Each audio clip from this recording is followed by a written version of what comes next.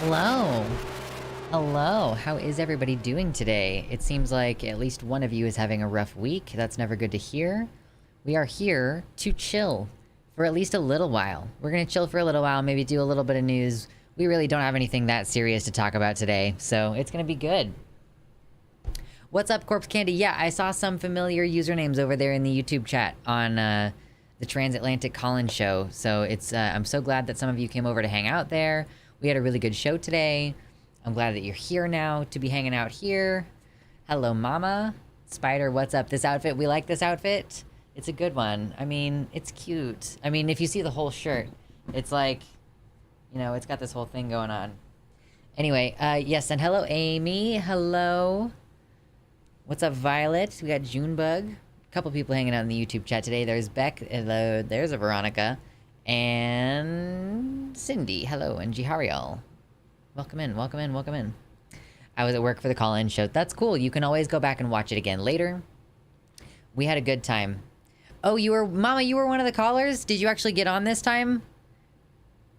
How dare. That's like the second time one of my Horties has gone on the show when I was calling in. What's up, Riley? Joining for the first time. Welcome in. Yeah, if anybody is here from the Transatlantic Call-In show, I was the Coptic Pride caller. Oh, okay, nice. Oh, so good to speak to you. Awesome. Yeah, Mama and Violet Lane both have been on the line when I called in, so that's so cool. It's always neat to get the Horties spreading around everywhere. Following over from the line. Thank you so much, Riley. I appreciate that. I hope that I can maintain good vibes. We didn't really have any opportunities today on the call-in show to really, like, tear into anyone. Even the first guy, our first caller on was, like, a dude who... It kind of seemed like he might be a chud, but I honestly think that he isn't a chud, and that he maybe is just, like, looking for arguments to debunk Ben Shapiro. Like, I think that he is watching those people and thinking, those are kind of convincing arguments. I don't have good arguments against them, so I'm gonna call this call-in show and get the trans people to tell me what's up. Which is... I mean, I think that that's a valid thing to do. It's just that his intentions weren't clear to him before Arden asked him the question of why are you calling. I thought he might get shouty, but he didn't, so it was all good. Yeah, because I think that what he wanted was, like, for us to tell him what the correct argumentation was. But the way that he was initially presenting himself made it seem like he actually is someone who is a fan of Ben Shapiro and believes those things. So He needs to watch Vosh if that's the info he wants. Everybody's got different approaches. I think it's good to get a wide range. It makes a big difference if they're asking in good faith. Yeah, and one thing that he recognized was that he is trying to have good faith conversations with bad faith people. Like, I think that he made that realization in real time, that what he is asking us for is, like, a good faith argument against what the conservatives are saying. And then he realized, as we were speaking, that the people he's arguing with aren't arguing in good faith. So there's, it's at a certain point, like, no reason to address it.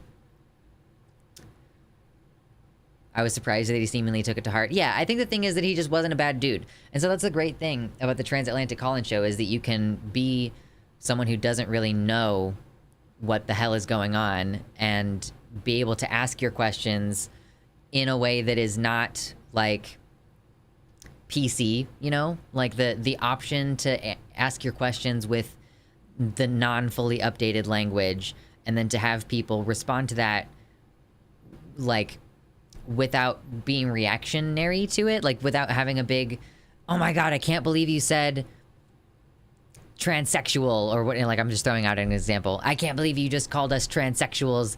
That's, outdated, effed up language or whatever. Yeah, so we have some productive conversations over there, and that was awesome. Pi, I gave you one warning, and then I gave you a mute because I wanted to follow through on that warning. Now is your second warning.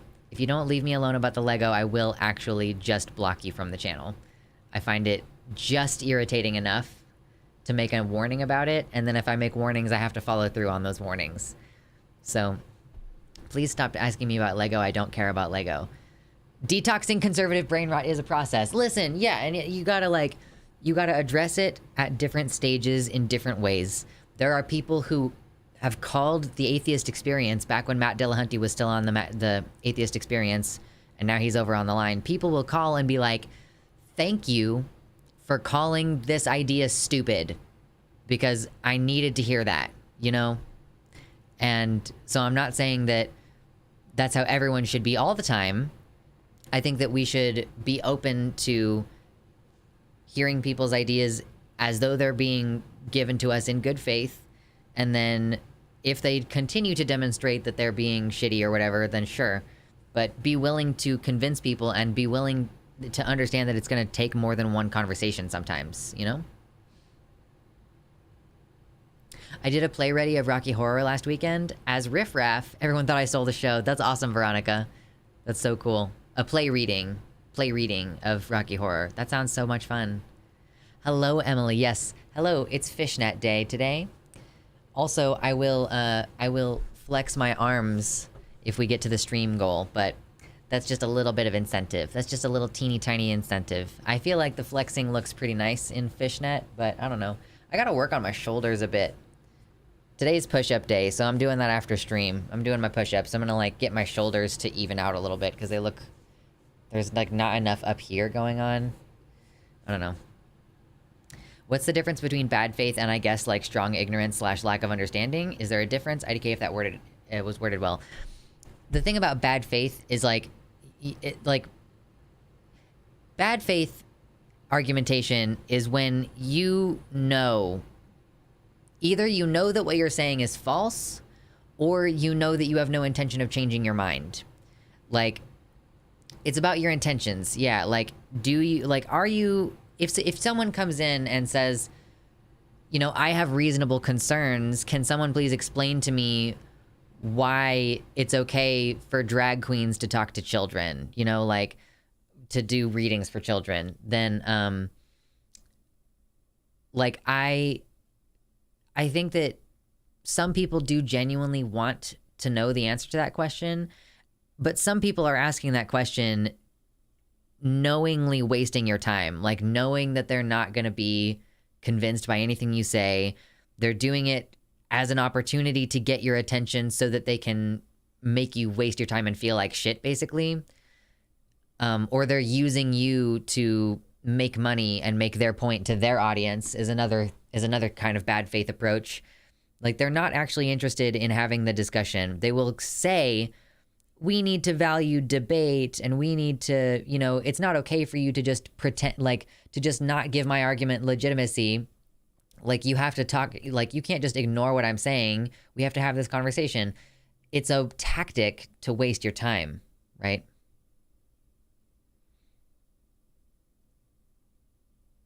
If you're just unable to admit you're wrong. Yeah, I guess if you're really digging in and you know that you're unable to admit that you're wrong, or like you're not going to admit that you're wrong, but you're going to keep having the argument, I would say that that's like probably it's a certain type of bad faith argument. Perhaps.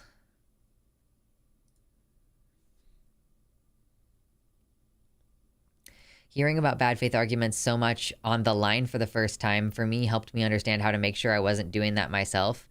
Yeah, I think here's the thing. After so long in therapy, I think that one of the kind of things that we need to pay attention to and focus on is understanding our own intentions with things. You know, if you feel like hitting up your ex and telling them how great you are doing with your new person that you're dating, like, what are you trying to accomplish with that? Like, interrogating your desire and going, why do I even want to tell them this? I clearly, like, want to tell them this. Or if you want to tell your ex that you miss them, right? You might think, like, I just really want them to know that I miss them. And it's like, but why? But why, though? The answer often is because you are hoping that they will say that they miss you too. You know, like, you do have something that you want out of that interchange. Like, if you tell your ex that you miss them, you probably are doing it because you want their attention. Like, maybe you want to hook up with them, or like, you know, maybe you're just sad and lonely and you just want a little bit of attention, you know? And then that enables you to be aware of when you are being manipulative in a toxic way. Because here's the thing, you can be manipulative and it's not an objectively bad thing on its own. It becomes a problem when you're being duplicitous in being manipulative. Like, technically modulating your voice when you're angry so that you're not yelling is a form of manipulation, because you're using like effectiveness rather than raw emotion to accomplish a goal in a conversation. But yeah, you just, like, it's helpful to be aware of what even is your motivation, what's going on in your mind, and that will prevent you from making bad faith arguments. It'll prevent you from texting your ex, potentially. You know, if you know, on some rational level, you know that it would be a bad idea to get back together, but some part of you is still, like, lonely and wants to hear someone say that they care about you, you know? Like, I genuinely think we should be shutting down that whole, oh, we need the conversation, debate is free speech, and my opinion is valid. Like, no, Karen, your opinion isn't valid and no one is required to talk to you. I do feel that it would be better if we, I don't know, man. It's, like, hard. This is one of the fundamental questions. Yo, there are 50 viewers here. Hit like if you're enjoying hanging out. We're just kind of having a free-flowing conversation at the moment. We'll get to the news in a little bit. So the question is, are they, like, is debating something giving it legitimacy? Like, to some extent, yes. People argued back in the day when Bill Nye had that big formal debate with Ken Ham, and they were like, there were some folks who thought that it was not prudent to have that conversation because you are, in a sense, granting legitimacy to the idea that creationism is even worth talking about. You know, the idea is that you should, for some concepts, you know, allowing that person to have a seat at the table of civil discussion is in itself making the space worse, essentially. So there is that question of, is it more important to, you know, here's the thing. I think that you should always be willing to, like, interrogate the ideas. That's different than platforming them. Thank you so much, Veronica. Oh my gosh, for the tier 1 subs. I appreciate that. Every time I get paid, I pay for the guns. Censored. For now, at least. Thank you so much for that donation. I appreciate you. Number go upper. I love the little donation bar. It's super cute. Oh my god. Silent partner. Holy shit. Thank you. All right. Fine. We're doing it right up top, I guess. Thank you. Jiminy Christmas. Y'all are silly. Silent partner, you are a silly bean. Yeah, it's guns time. It's guns time already. Let me drink some water and then it'll be ready for guns. Oh, smashing that donation goal again. Yeah, I know, it's crazy. Ooh, hold on. Yeah, this arm right here. Oh, are you talking about this one? Oh man, that's crazy how big that arm is. Whoa, look at this one. Oh, it's my back and my shoulders too. That's where it's at, like, back here. Yo. I feel like I can't, there's not really a good way for me to go around the back. Like, I don't know how this works. It doesn't work very well, I don't think.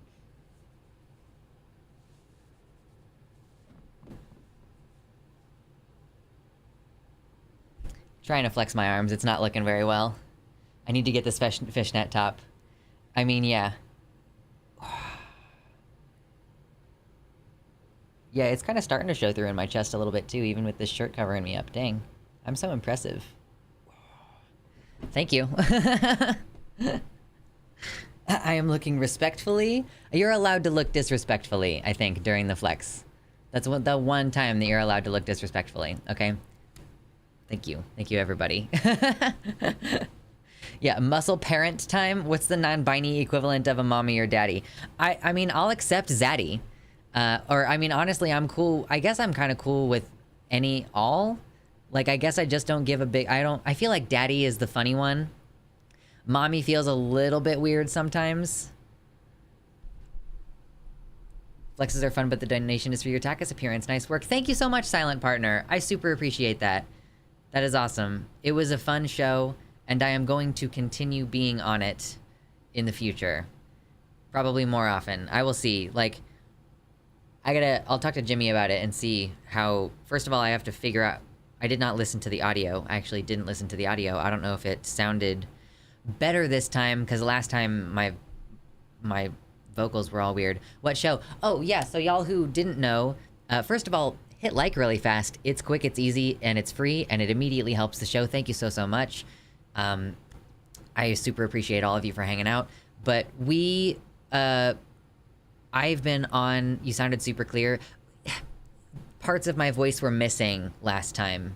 Like, so you could only hear all of this coming through, and like none of this was coming through. And so something weird was with the audio the last time I was on. But yeah, so I was on the Transatlantic Call-In show, which is, you know, Jimmy Snow has that line of shows on his channel called The Line. And no, the Deep came through this time? Okay, good. That was good. I am hoping that it sounds fine, because I was really seriously, like, embarrassed by how my voice sounded the first time. But, it's basically a skeptic, atheist-based channel, and then the Transatlantic Call-In show is hosted on Thursdays on that channel, and it's a call-in show, so there's, like, a rotating group of hosts, and they have guests on.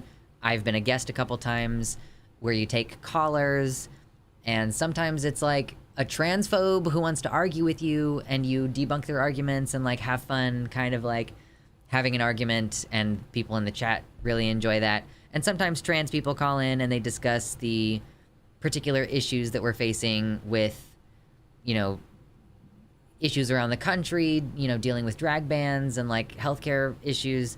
So it's a really fun show. I liked Jai the most. Yes! We had some really great calls today. It was a good time. I sent the episode to my boyfriend because I was like, hey, I'm on TV, and now he's mad at me because he's a city employee and thinks he's inherently in the same group as the cops. Oh, what a silly little bean. That's gonna be a fun conversation. I'm so sorry, Mama. Oh, gosh. It's gonna be rough. But yeah, so we went to the Transatlantic Call-In show today, and it was a good time. So you should check it out if you're interested. I will be on there again, I'm sure. And here I am on my show now. There's just this strong streak of whiteness that exposes itself in this assumption that debate is a good forum for changing minds and that opinions are always valid, at least from white people.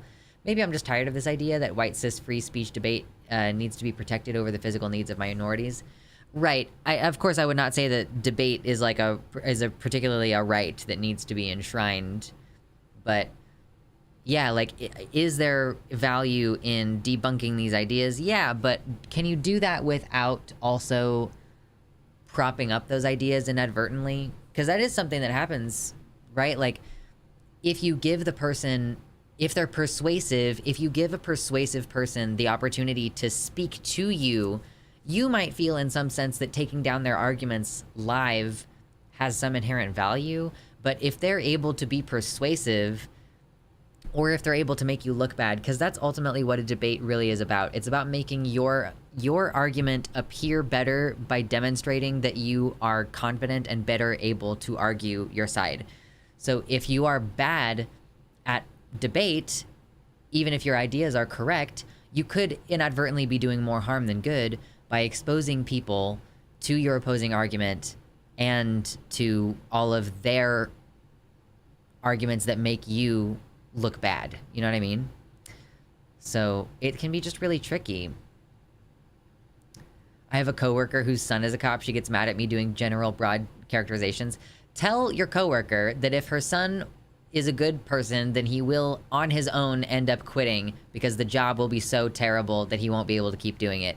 If he is able to remain a cop for very long, then he is just as bad as everybody else. There are reasons I write instead of debate. Right. There is like I think there is some volume, like I don't know, how do I say this? There is definitely some credit to the idea that you should maybe take down those arguments with a long form kind of argument, you know? Like, if you're gonna debunk something, you might as well, like I do, you know, I've thought about my ideas over and over again, and I've repeated them, and I crowdsource off of you all to kind of refine those ideas, and I debunk things on my own time, in my own pace. The other person can't interrupt me, you know, on my show. I can't be made to look foolish. They can't catch me out when I say, like, when I get my words mixed up and I just, like, say the wrong word. Yeah. Oh, man. My dad always told me, never argue with an idiot. They'll drag you down to their level and beat you with experience. I don't argue with dad anymore. Oh, goodness gracious. Could it be considered a form of ableism to require people to defend themselves this way? Do you mean, like, in a debate, could it be considered a form of ableism to put people on the spot defending themselves? I mean, yeah, maybe. Strangely, she would like him quitting. Well, so why is she so butthurt about it? Whatever. She's like, I don't want you to think my son is a bad person, and also being a cop is unsafe. And she just hasn't connected that being a cop is unsafe because cops make it unsafe. Like, they are the ones who constantly are violent toward people. Anyway. Even debate itself isn't a single format, and different formats have different strengths. I think most conversational debates are way too vulnerable to the gish gallop. Back and forth long responses are better, but not as captivating for spreading ideas. Yeah, I think the gish gallop is really difficult, and that's kind of why I do like the format where you can, like, interrupt people. I have no problem interrupting people on the line, because that's part of, I think, what people are calling to see, like, not calling, but I think part of what people are tuning in to see is, every once in a while, the hosts really go off on one of their guests. And so, like, I don't really mind interrupting people on there, and you have to interrupt in order to prevent a gish gallop. So one of the bad things about a protected, timed debate is having those chunks of time where the person can just spew a lot of bullshit in a short period, and you're sitting there literally having to take notes. One of my favorite debates that I've ever seen... What's up, Paint? Hey, good to see you. One of my favorite debates was a debate, I think it was Matt Dillahunty versus Cy Brugencade? I don't fucking remember. And it was great, I think it was Matt, because Matt had presented... like, he had his notes already written, and he was like, he opened his opening statement by saying, I am not going to take notes during this debate. I am going to only reference the notes that I already wrote because I can tell you exactly what arguments that Sai 10 Brugenkate, thank you. Because he was like, I know that Sai is going to use all of these arguments in this order, more or less. So I just already have all my notes prepared. And it was amazing. Angry Arden makes me scared and aroused.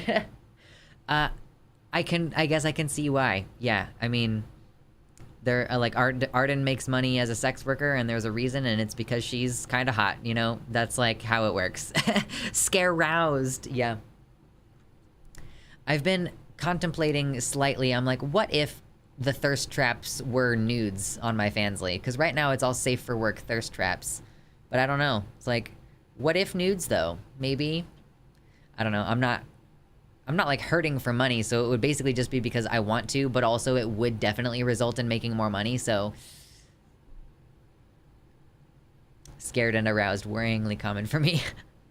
Yeah, I do love Scare-roused. It's from a Futurama episode, right? They are, like, having sex with the Amazon women. And Fry's like, I'm scare-roused. This is what it's like to be attracted to women, I guess. Snoo. Cops have crazy safe jobs. I hate the propaganda. Right, being a pizza delivery driver is more dangerous. I have had a job that is more dangerous than a cop's job because I have delivered pizza. I've never actually seen Futurama. Oh my gosh. It's not worth watching overall, I would say, anymore. I don't know. I mean, I guess it's worth watching, but it's also, like, just really misogynistic and a bit homophobic and definitely transphobic. So, like, it's just kind of not pleasant to watch.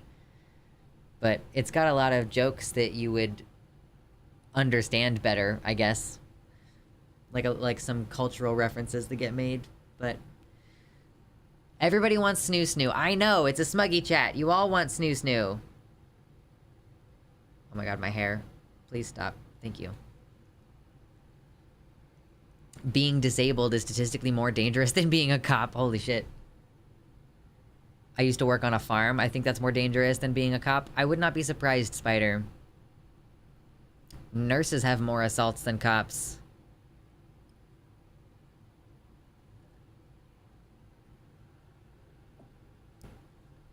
Lily Simpson said that Futurama was hit and miss in the sense that some episodes are horrible and some are good. So maybe worth watching if you avoid the bad episodes. You know, the episodes that are good are really good. For sure. Like, the episodes that are good are solid. And it's just that it's just like a lot of really casual sexism. That's one of the main things, is that it's like shockingly sexist.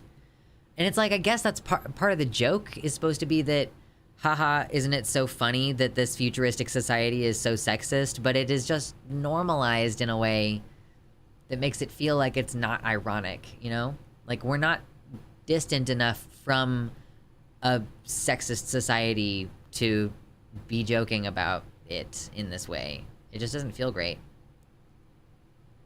I work from home. There are more fatal accidents happening in the home than being a cop. Are you serious? Is that true, Darkly? That's crazy.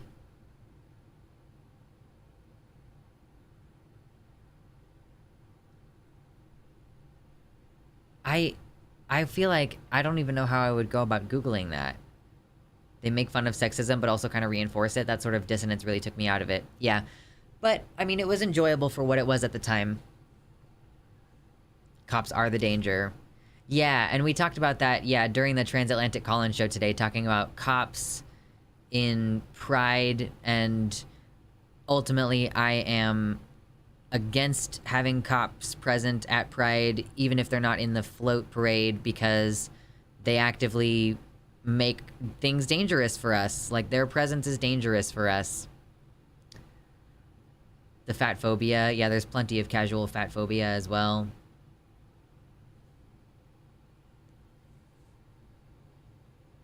Whoa, oh my gosh. It's been a long day, y'all. I also just got finished with having my younger sibling over, my teenage brother over, to just, like, hang out for a couple of weeks, basically. And, I mean, it was great. I really, really, really enjoyed spending the time with him. And also, I am very much happy to be in my own space now, and, like, it's, like, a little bit cleaner now that there's not another entire human being with all their stuff here. You know, like, I spent my entire morning mostly naked. Like, it was pretty great. I like peeing with the door open, it turns out. It was a bit of a burden to me to have to remember to shut the door.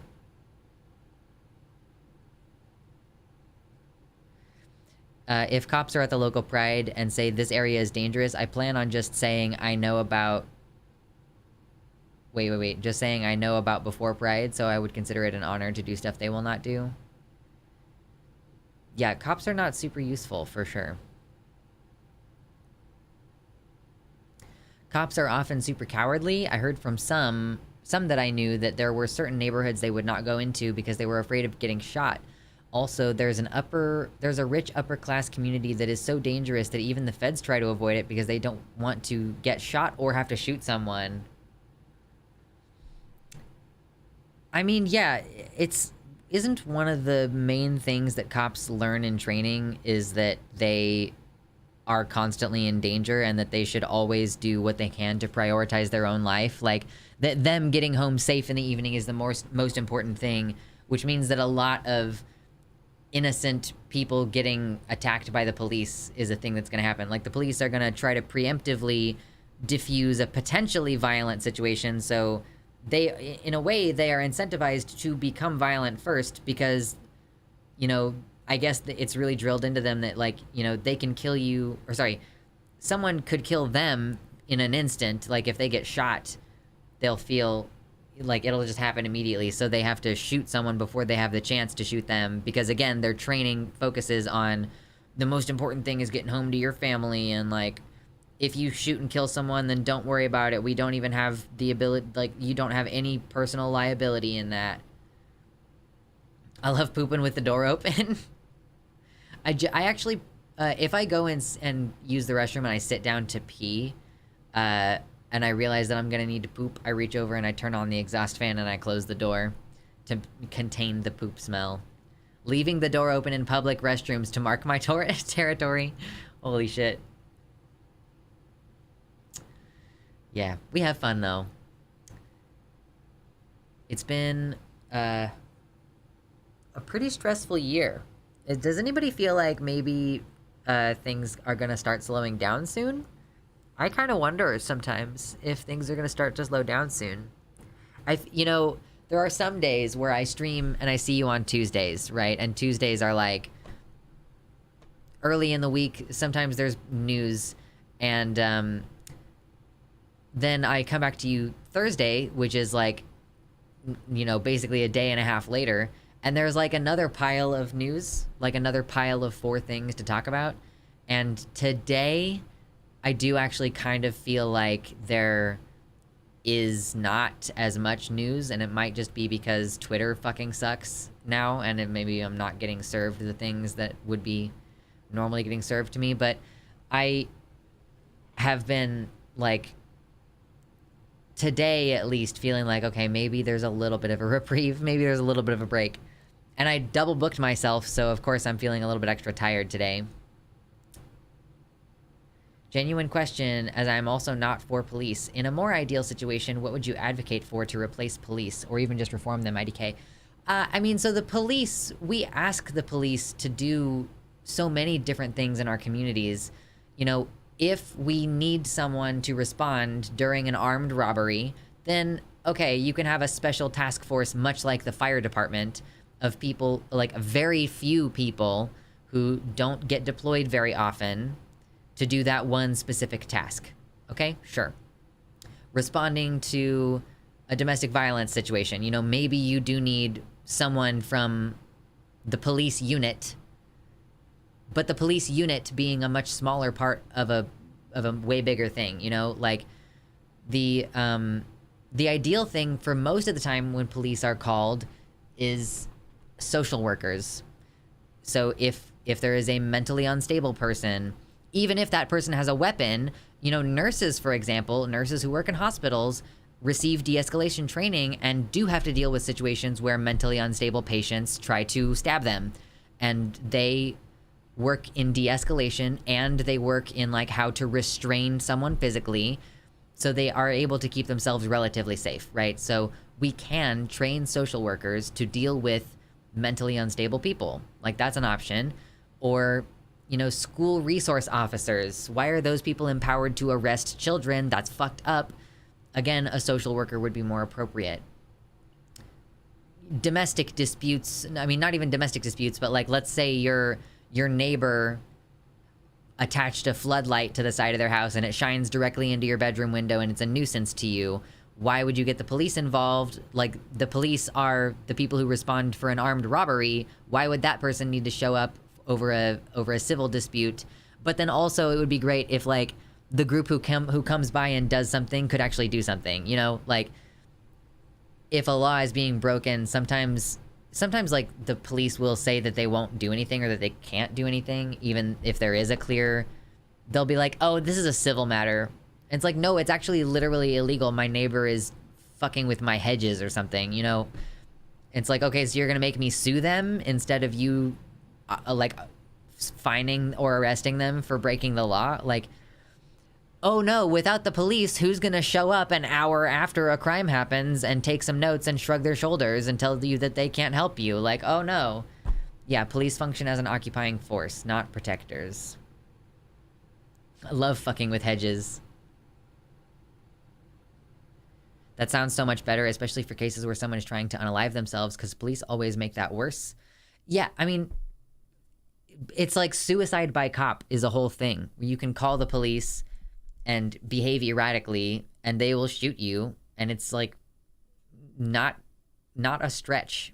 People actually do that. Yeah, and shoot your dog. Gonna show up and just shoot your dog. Without the police, who's gonna harass all the victims? Right.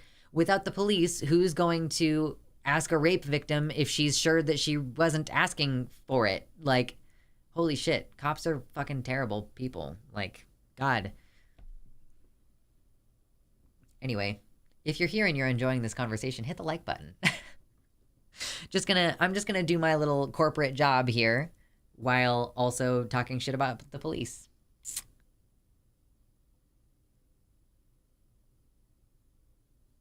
According to the Bureau of Labor Statistics, there are 38.6 fatal injuries in the home per 100,000 people versus 3.6 occupational injuries for 100,000 for officers. Ha!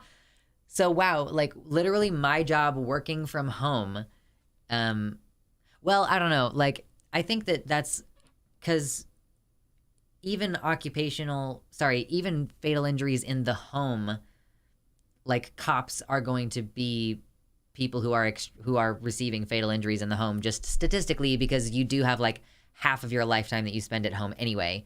So, but that is funny.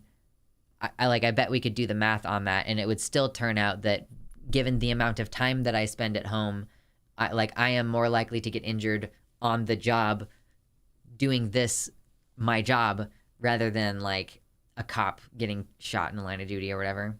Stupid. Nobody ever wrote a song called Fuck the Fire Department. I saw recently that someone was asking, why don't cops ever do, like, maybe people would like cops better if they would do the calendar thing, you know, the risque calendar thing that firefighters do. And someone pointed out, first someone was like, yeah, maybe because they're all too fat from eating all those donuts or whatever. And then someone else followed up and said, I think the real reason is because they don't want you to see all of their white supremacist tattoos. And I was like, I mean, that's true. Y'all, I have a roast cooking, and I'm so excited to eat it later. It's gonna be delicious. Since I came out, it's kind of amazing how many women are not feminists and will basically slut-shame other women, as well as say crap like, a woman's breasts are their man's property. Something that someone said because there were bare-chested women at our local Pride. What if those women aren't in a relationship with a man? What if those are lesbian women? Then who owns their breasts if they're lesbians? 65% of home fatalities were from poisoning of some kind. People don't teach folks that you're not supposed to mix ammonia and bleach.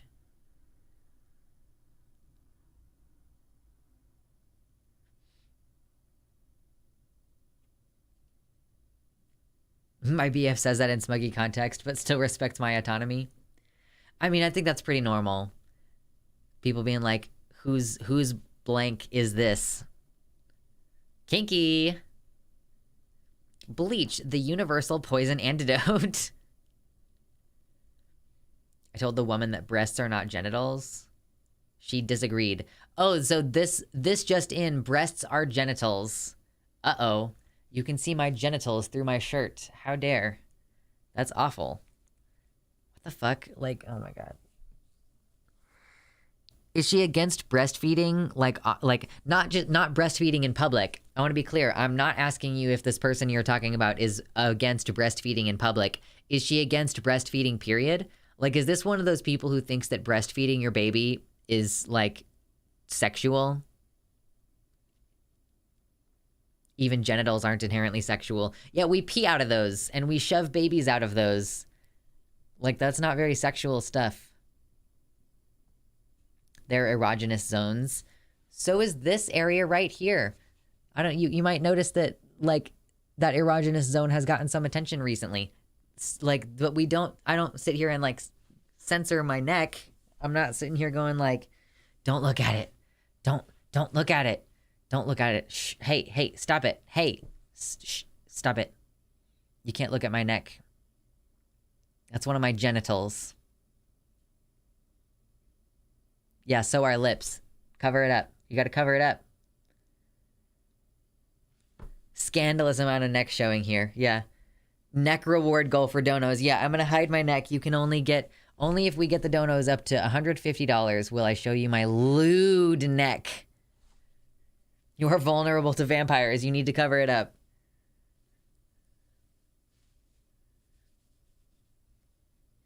Ears. Yeah, ears can be an erogenous zone. This seems like a good example of bad faith arguing. I don't think she actually believes this. Yeah, I mean, because the thing is, people will rationalize their discomfort in a huge number of ways. Hit the like button, subliminal messaging, hit the like button. You really just gotta, like, acknowledge that for a lot of people, their conclusion is, I'm uncomfortable with this. And it doesn't matter what this is, whether it's breastfeeding or women protesting going topless or, like, gay people generally holding hands in public, you know, their conclusion is, I'm uncomfortable about this. And then above that, they are, like, gonna write a lot of excuses, even in their own mind. They don't necessarily think I'm going to come up with justifications to explain my disgust. But what is happening is that they are not willing to say, I'm just disgusted by trans people, or I'm just disgusted by gay people. They're gonna say, I'm worried about the children, or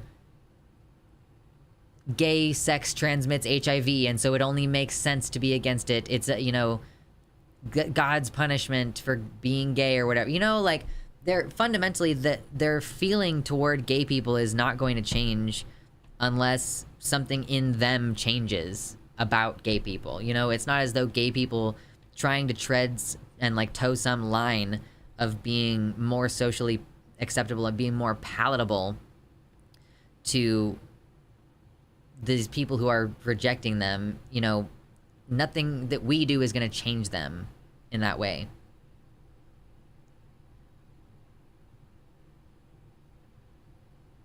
She was in a conservative relationship for the past 16 years, and her ex-husband acted like she couldn't dress sexy because she might make someone else horny. That's Ohio for ya. Jeez. I think that what should happen is, like, if your partner dresses really sexy and you're gonna go out in public, you should feel like, damn, I'm the one who gets to tap that later. Look at everybody else.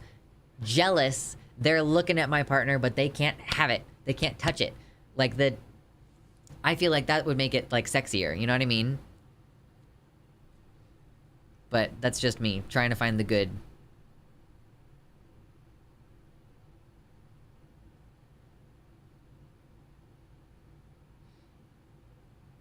That's a fetish for some people? Oh no. Oops.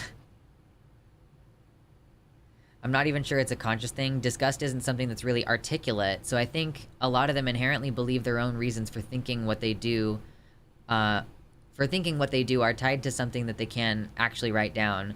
So maybe, yeah, trans people equals gross is a feeling in the back of their brain, but they don't think about that until they hear some propaganda talking points. I guess that's fair, yeah. They're probably not even fully aware of their own disgust, or perhaps trying to rationalize it away. Not sure.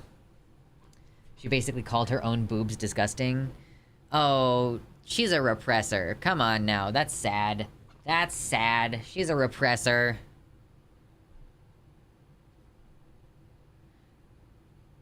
Alternatively saying, if you're poly, damn, maybe I get to hit that with someone else who also wants to hit that. Sure. I was coming at it from a privileged position of monogamist thinking, so I'm so sorry. This is my apology video. I think I would hypothetically think my partner is hot and I enjoy looking at them, so hell yeah, that brings joy to other people if they want to.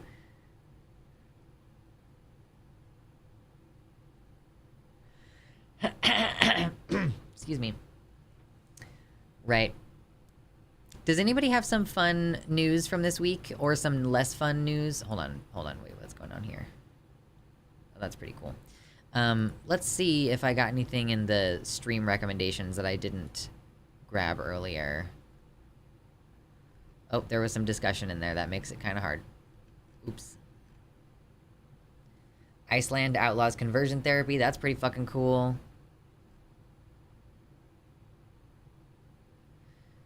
France refugee crisis.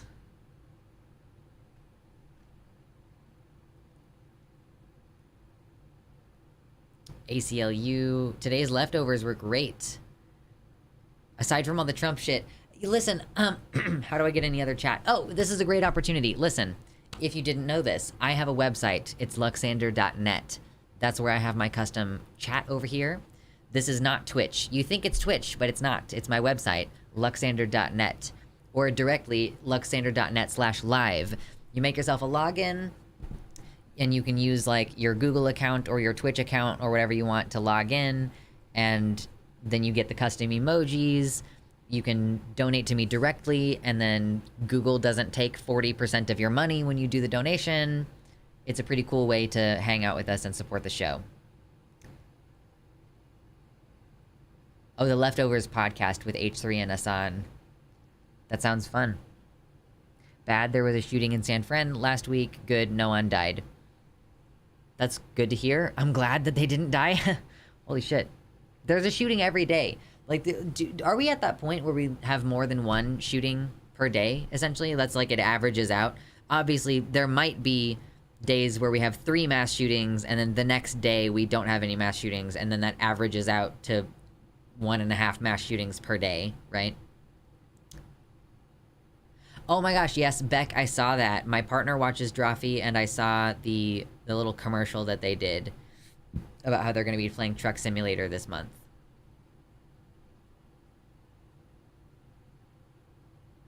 Wait, are we talking about fish? Jamie Dodger and Shaba did a video that deeply disgusted me. It came out a few hours ago, covered a Jubilee video. Wait, what was it, Veronica Fox? Are you saying that something that Jamie and Shaba said was disgusting, or are you just saying that the Jubilee video was disgusting? Let me see. Let me pull it up. Pulling it up. Pulling it up. I know we averaged more than 1 per day in March. I don't know what it is now. Yeah, the Jubilee vid was disgusting. I don't really watch Jubilee videos because they are awful. Put in spicy links. Y'all, I gotta find a better way to consolidate. Like, I have there's a place called Stream Recommendations, and that's, like, like, when you go to spicy sharing links, that's not where Luxander clicks to check for stream recommendations. So if you've been putting your stream recommendations in spicy sharing links, Luxander has not been seeing them. The dragon does not see your posts. I need color today. Jesus. I keep forgetting about color. Is this it? Nope, that's not it. Okay. Yes! Oh my god, I want to be unsettling today. Oh my god, that feels perfect. Wow. That's where it's at. Yeah, hold on. Oh my god, that feels good. Okay. TBH, I'd probably leave if we watched a Jubilee video. We did watch a Jubilee video a while ago, but we don't really... It's usually something that we do an entire stream on one video just shitting on it, and then it doesn't become a section on the channel, usually. Yeah, it was the one with Buck Angel. And he made some, like, decent points in that video, I thought. You know, give credit where credit's due. He wasn't awful. Was there a murder of a lesbian couple in the past week? Oh gosh, I had not seen the news about that. Someone needs to tell Buck Angel he will never be a woman. That would be funny. Jubilee videos drive me insane. They act like it's just a casual convo between some randos, and then boom, it's some grifter like Ariel Scarcella. Your perspective on HRT from discussion on Takis does not work for me. I won't live without it. I refuse. I cannot make it, quote, not a big deal, and I want Orky when hearing arguments on it. I just wanted to share since it's so different for you and most other trans people, I think. Going to treat HRT for me is an absolute dependency, and I'm fine with that. Listen, that's fine, Diaphla. I tried to be clear during the segment that, like, I am not trying to invalidate anyone's feelings about this, you know? But at the same time, trans people have lived as trans for a long time before any of us had access to hormones. And I know that it's a really difficult thing to have it suddenly taken away from you, but I'm at a place in my recovery, in therapy and stuff, where I feel like jumping to, like, I will be suicidal about this is maybe, like, a little bit extreme. When we know for sure that, like, we have lived without HRT, not just historically, but even us as individuals, you know? I fantasized about Orky when you said that. Yeah, I mean, maybe you do, like, decide that bottom surgery is a thing that you need to have because you want to make sure you don't regress or whatever. But yeah, I mean, it's a big, difficult conversation. I'm not saying that people should be, like, okay with the fact that they're being denied medical care or anything, but just that I do sometimes feel like people treat it like it would be the literal end of the world, and they just, like, are immediately going to kill themselves as soon as they lose access to hormones. And I just feel like that's super extreme. And that's what they want. They want for you to completely lose the will to live. So I guess they've succeeded. But I mean, yeah, survivorship bias. I am not going to be bothered by a lack of access to this care in the way that other people will. But yeah, I don't know. Like, there's catastrophizing happening a bit, perhaps, right?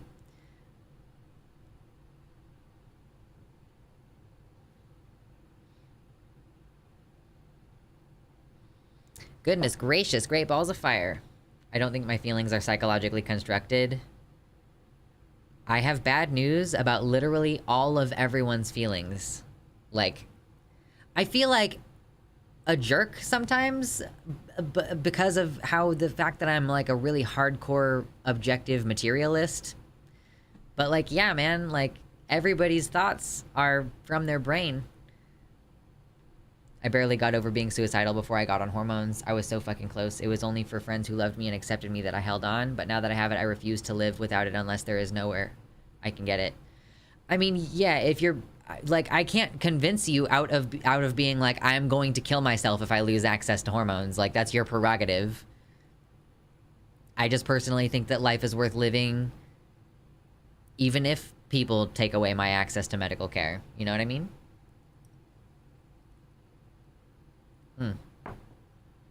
Yes, what's up, Ellie Cat Fox?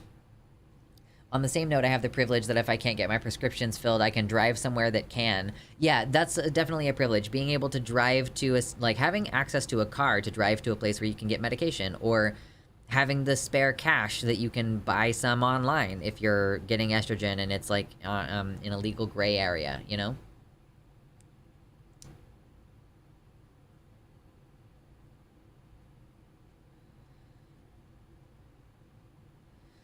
Life is worth vengeance. We gotta be vengeful sometimes. I'm gonna run... Oh, it happened in Hong Kong. Okay, I had not heard about that. Disney villain colors. We're having some vibes today. I am going to grab some water. If you don't have a water, you should consider grabbing one. Or get yourself a little snack. Get yourself a little water. Get yourself a little snack. We're gonna hang out. We are gonna talk about this Starbucks thing a little bit. It's unclear to me whether there's some, like, false reporting on this whole Starbucks thing on account of the fact that, we are, oh my god, my brain just fucking flushed out my ear holes. Lux is the snack. True. It's unclear to me whether there is actually any tension between Starbucks and the union with regard to this pride shit. Some folks were saying that it was to stick it to the union, the corporate Starbucks decided to take all of their pride stuff down. But there was an instance where a pride flag was taken down at a store and a customer was, like, kind of upset about it. So we do have at least that little bit to, like, watch today.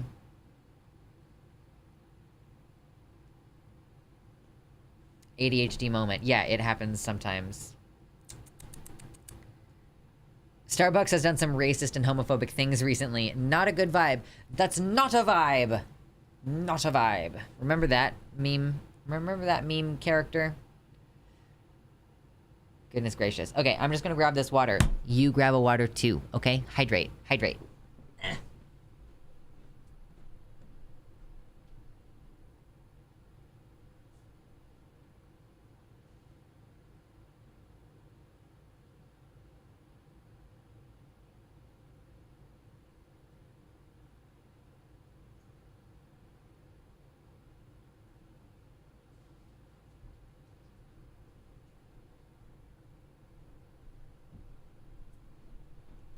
Okay, I'm back.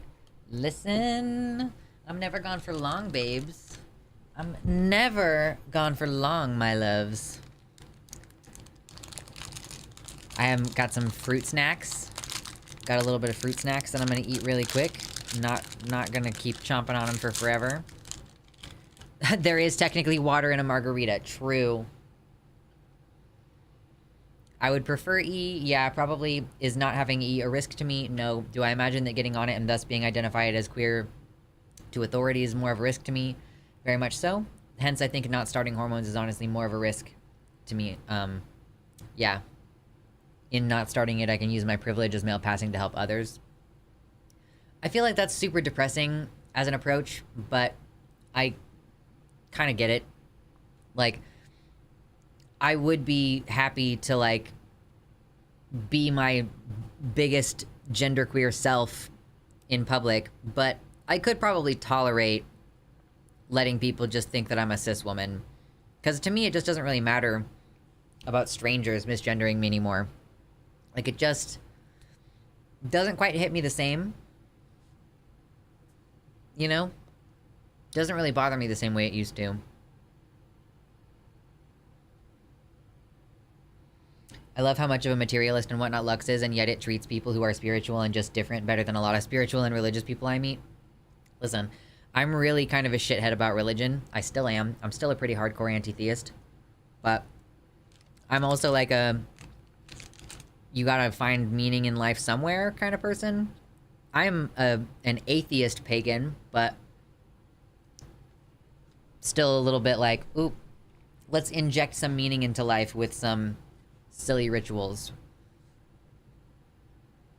Later, spider. These gummies are so good. There's not going to be very many of them. And then we're moving on from snack time. Because I know that some people are really bothered by the sounds of food on stream. I'm doing my best to keep it to a minimum, okay, y'all? Is anybody else in here a parent to, like, teenagers? Or anybody in here had to take care of teenagers before?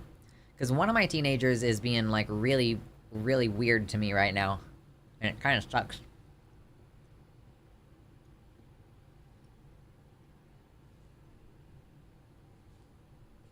We got a protein bar. Uncomfortable got a protein bar. I've not heard of an atheist pagan before. What's that like?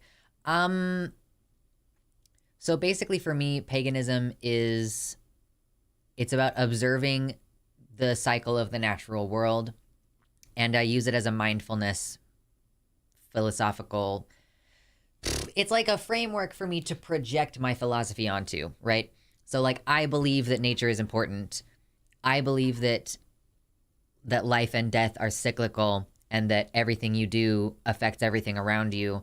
I believe that we are responsible to one another, and like we have a responsibility to be stewards of the planet that we live on. And I project all of that philosophy onto this sort of framework of the turning of the wheel and the holidays that observe certain natural things, like, certain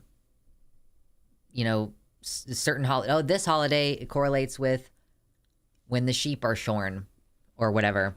What do you think about chaos magic? I mean, I don't really believe in any of the actual magic stuff.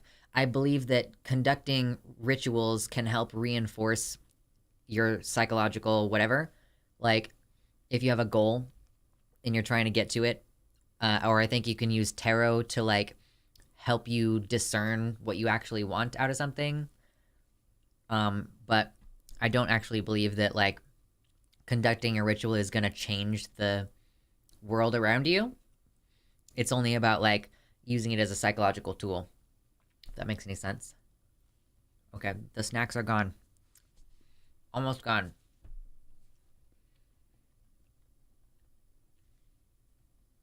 We got atheist pagans here. Very nice. Maria says, I'm a parent to teens. Your sibling likely feels safe with you, and you may get a lot of the bad stuff. Yeah, so...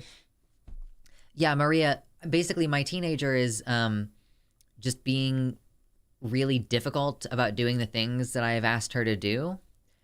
And she's just being really rebellious toward me. And it's kind of difficult. But I'm trying to look at it through positive lens. Here's the positive lens that I've chosen to look at it through. I've chosen to think of it as like, okay, teenagers just feel kind of shitty toward their parents sometimes. And they probably don't even totally understand it. Like, it's part of their biological, like, process where there's a period of time where they just really are shitty toward their parents, And I guess that I'm choosing to view this as a positive sign that our relationship is exactly where it should be, I suppose. That, if she's being kind of shitty to me and refusing to do the things that I've asked her to do, even though I'm trying to help her out, like, even though I've been nothing but positive and encouraging toward her, she must feel safe with me as her parent, and she must actually think of me as her parent in order to be being rebellious and shitty toward me in that way, Like, she'll get over it eventually, is kind of what I'm saying.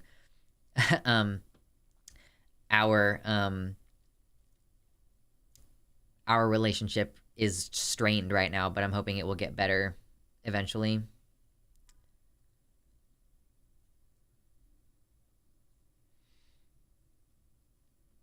I engage with some ancestral spiritual practices, ritual practices, not because I believe in any supernatural stuff, but because 1, it centers on acknowledging the mighty forces of nature, and 2, it helps me feel more connected to my ancestry.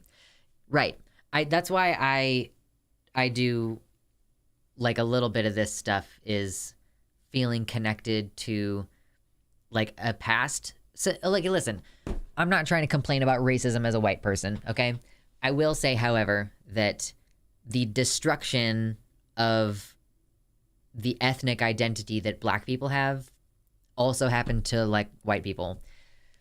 In this, not exactly the same, obviously, but, Africans were displaced from their native lands and they lost their tribal connections. And, they have like there's some black folks who really have a hard time with that lack of connection to where they came from. They do kind of have, like, at least in America, there kind of is sort of a functionally understood black culture where they have, like, certain things in common, like from being slave descendants, there are certain things that they all grew up doing, not all, obviously, but a lot of black folks grow up, like, in a certain way. And then, like, white people, we don't have a connection to our ethnicities. Like, I couldn't... Jesus fucking Christ, this hiccups. Are you done? I could not tell you where my ancestors are from, because in the process of consolidating power away from people of color, white people didn't used to be white people. We used to be Irish and German and British and whatever, like South African, like, whatever. You come from colonized places or whatever, but and a lot of white people would be considered multi-ethnic if you were looking at the ethnic rules of a few hundred years ago. Irish people were not afforded the same status as other Caucasian, like, white people, because they were considered a different ethnicity. And so, like, in consolidating whiteness into one powerhouse that can be used to, like, consolidate power, the ethnic backgrounds have been lost as well. So for me, that's kind of another one of the perks of paganism, is a sense of connection to my ancestors, who likely were some fucking farmers who worshipped the sun and focused on farming and agriculture and animal husbandry. That's most likely what was going on. And I do my best not to appropriate other practices. I don't burn sage. Basically anything, like, my practice is a modern pagan practice. I'm not gonna pretend like there's anything essentially ancestral or ancient about it, right? It's a modern reimagining of what religion would have been like back then in these, like, farming communities. And maybe some of it is based on something that was real. There's not really a great way for us to know. And that's okay. Like, I think that new religions are okay in that sense. Like, religion is such a weird word, but, like, it's a philosophical framework with certain mysticisms that people can engage with to some extent or another.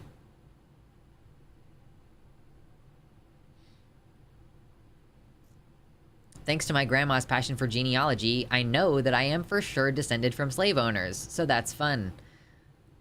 Damn, wasn't it Anderson Cooper? I think it was Anderson Cooper or someone who was being interviewed and found out that one of their great family members was a slave owner. And someone was like, how do you feel knowing that he died because his slaves killed him? And he was like, that's fucking awesome. He's like, that's great. My ancestor was killed by his own slaves. Like, that's fucking baller.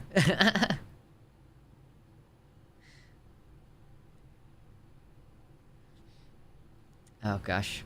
I just went to a pagan festival this past weekend. Fun times, very educational. Oh, that sounds fun. I really don't want to engage with other pagans because I don't want to... I feel like they're gonna believe in some of the kooky shit that I just do for fun, and I feel like that would weird me out a lot. Like, I think that would weird me out a lot. So, that's why I do my own thing.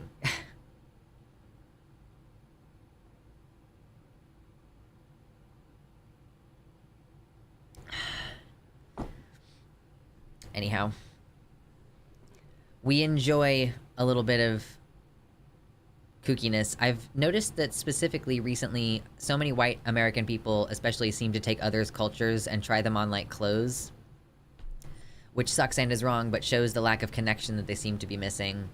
Yeah, there is, I think, a search for meaning and a wish to be connected with our ancestors. And like a lot of white people, our process involves losing our immediate family members because of their racism or something. So it's like, not only are we disconnected from an ethnic culture and like ethnic traditions, there is also this fact that a lot of us don't even have our families anymore.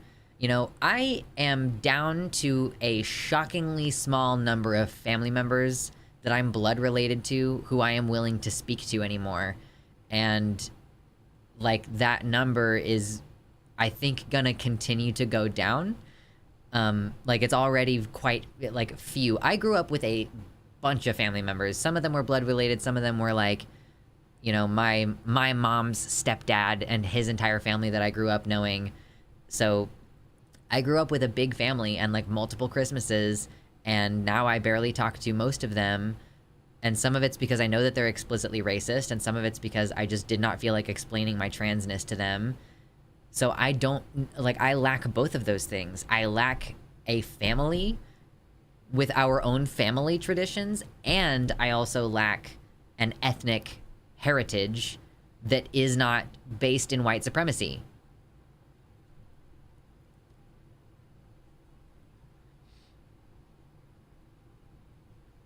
Those of us a couple generations away from somewhere else have a connection to another country. Yeah. I find it so odd how vile the modern Christian churches have become. Growing up in a Christian environment that taught God loves people is so strange, seeing all these people that profess to love Jesus but want to throw a lot of fucking rocks. Found out at least 75% of my ancestry is Jewish, both Sephardic and Ashkenazi. Oh my gosh, Mersh, if you're Ashkenazi Jewish, please, I know that you have trouble with, like, being intersex and going to the OB/GYN, but, like, the prevalence of breast cancer and ovarian cancer among Ashkenazi Jews is fucking crazy, so get checked out, please.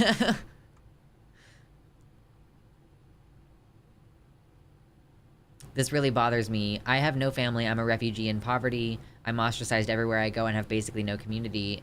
And then the few things I do that make me feel good, when I try to connect with other people around them, I get judged for it and told I'm a colonizer.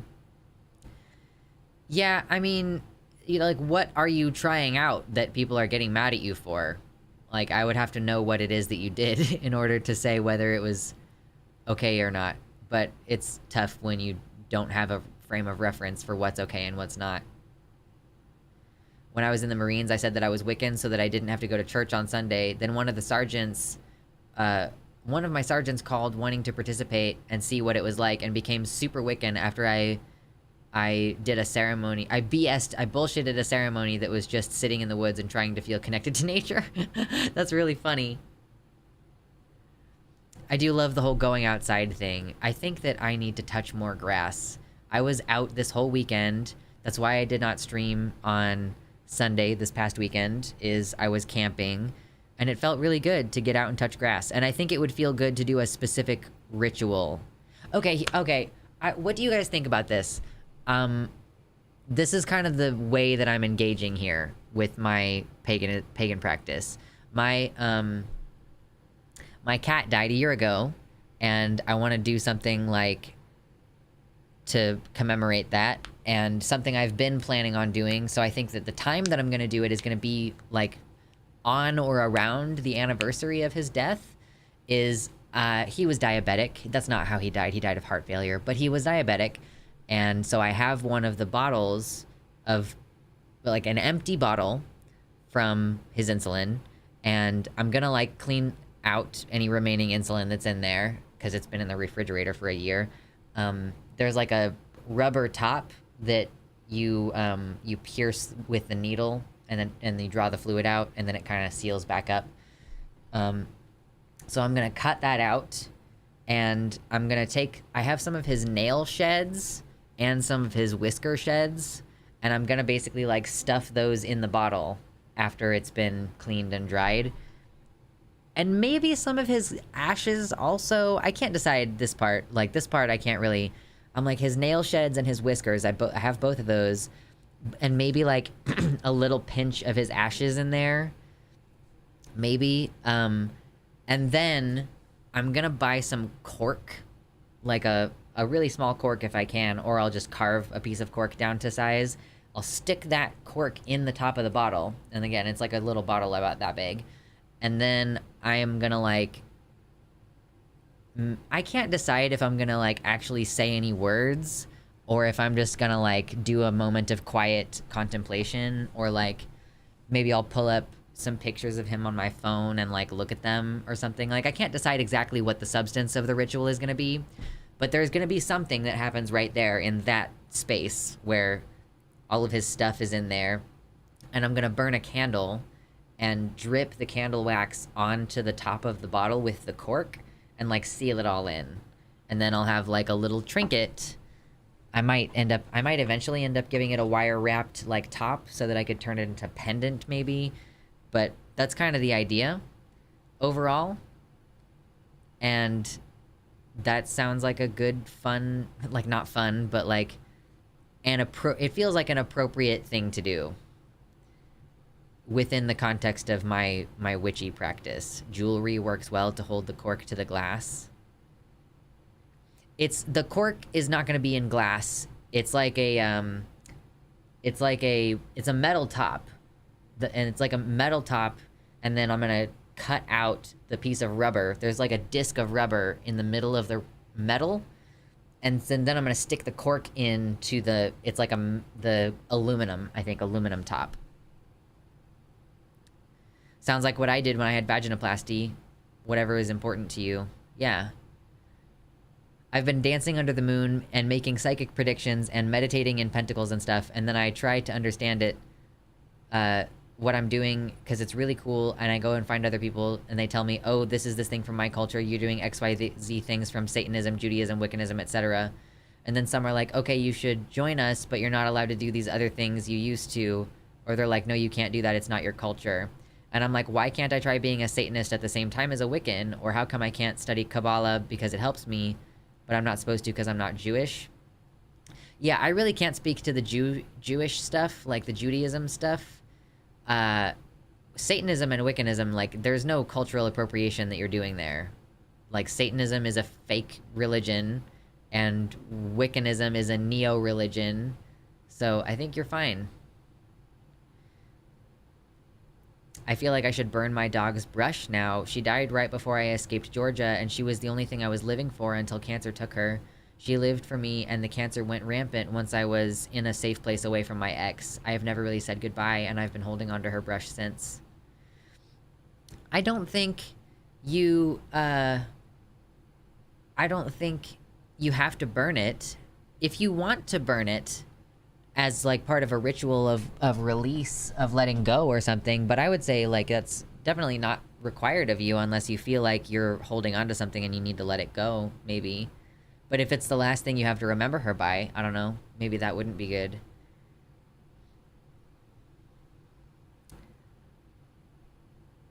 Some practices are closed, but Wicca and Satanism, to my knowledge, are open practices. Yeah. Viking funeral, fire returns things to nature. That's fair enough.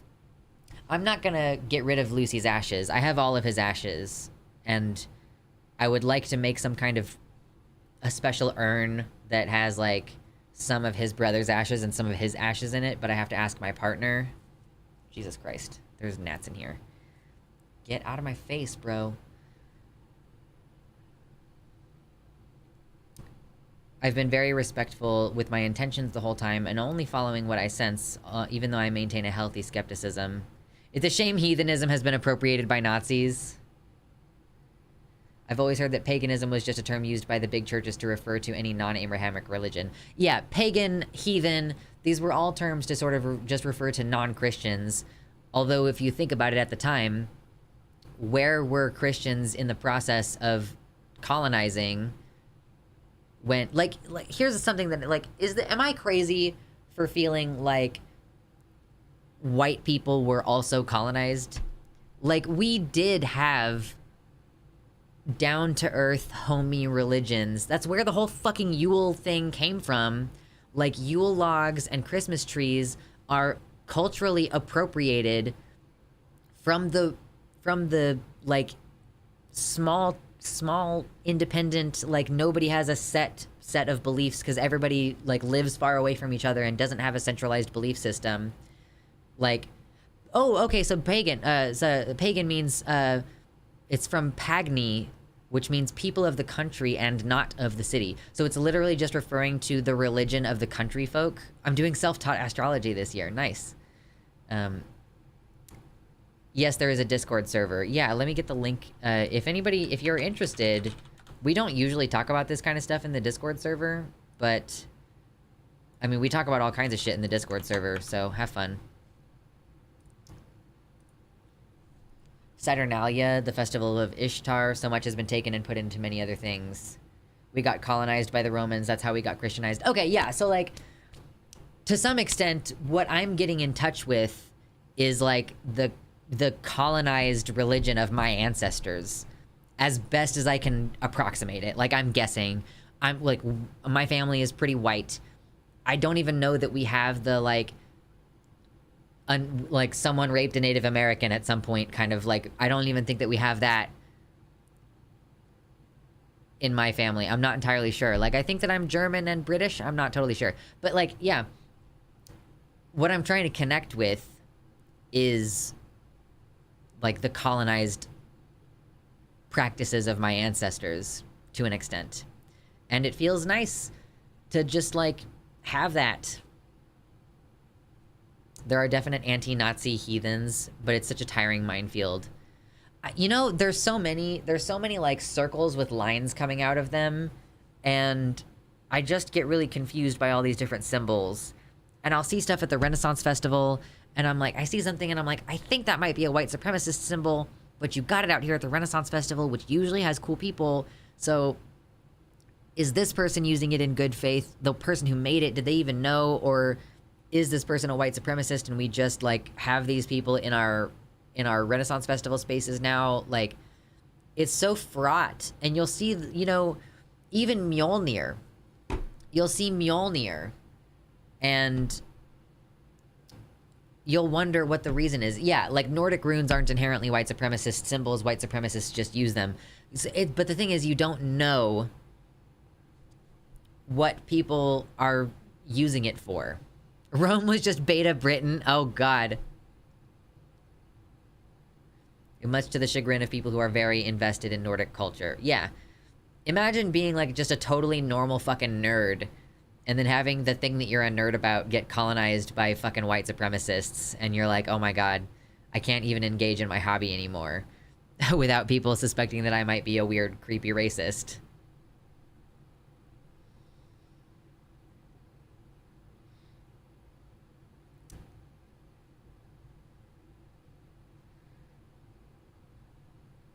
Anyone who's from a North Germanic country, do they still use those symbols there, or do you just mean that's part of their history and heritage? Oh my God, do y'all remember the golden one? Do you remember the golden one back in the day? Like, Natalie Wynn used to make fun of him in her videos.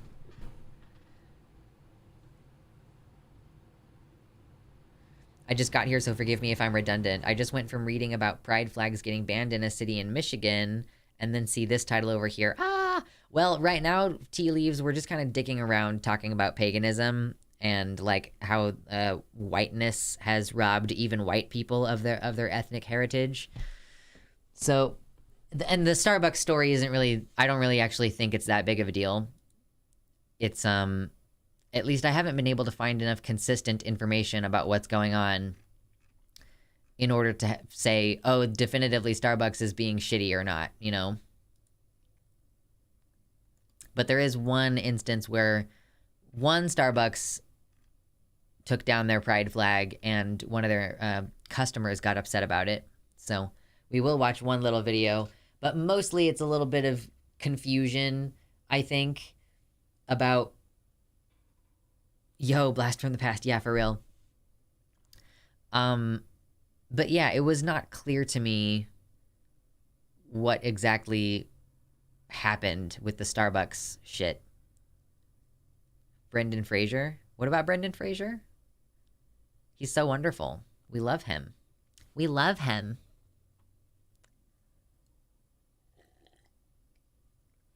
I think every single person can benefit from decolonizing oneself and doing their best to find out their ancestral background. It can be hard for some, like I can only track my paternal grandfather's ancestry to vaguely Eastern Europe, and my maternal grandmother's ancestry I can trace back to a group of Chichimeca Tolteca whom were merged into the Mexica Trade Network, aka Aztec Empire. That's fucking cool. Yo. Oh, Blast from the Past is a movie? Okay. I've never done one of those 23andMe things because I'm worried about my data getting sold to the government or to even more nefarious entities.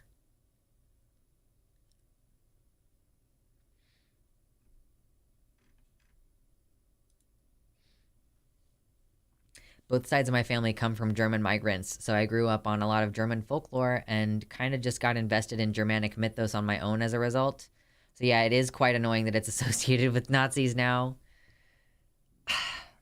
Like, just leave me alone. I've been a nerd at the Renaissance Festival my entire life. Stop trying to colonize it with your stupid bullshit. I know that the actual Renaissance period was a not great time in history for, like, black people and, like, all kinds of different people. Listen, it was serfdom. It was not good. But my historical fantasy that I'm engaging in historical fantasy. Let me do that. It's an inherently queer space. Leave me alone. My mom's side of the family is 100% Irish, but the other side, I don't know in terms of ethnicity, as my mom used a donor, and I don't think that info was on the papers aside from white. Yeah, you would kind of have to do genetic testing, I think. Article in Streamrex. Ooh, okay. I can hear the pot roast doing things in the other room. I can hear it. Oh my god, I haven't looked at this in a minute. Or I was scrolling through this, and then it didn't jump me to the present, apparently.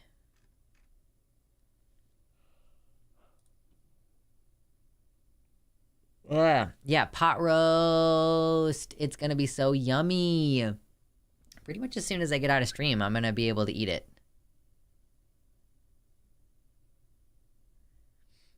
When I've been obsessed with Norse paganism, it felt awkward at times, wondering if people immediately associated with that some kind of loud pagan fascists over in Europe. Ridiculous.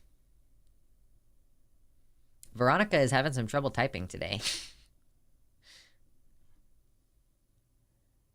My sister did one of those tests. My grandmother told us that her mom was half Cherokee. So that was a fucking lie. Me and my siblings are half Japanese. My dad is full, and then 1/4 Irish and Polish.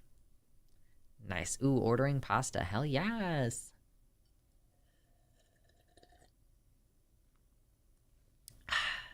Delicious. A city in Michigan votes to permanently ban pride flags from display on public property during Pride Month. This is from today. As communities across the United States celebrate June as Pride Month, a city near Detroit, Michigan has voted to permanently ban the display of pride flags on public property. Hamtramck's city council members voted unanimously Tuesday to approve the controversial resolution. Unanimously? Which restricts the city from flying any, quote, religious, ethnic, racial, political, or sexual orientation group flags on public grounds, according to meeting minutes.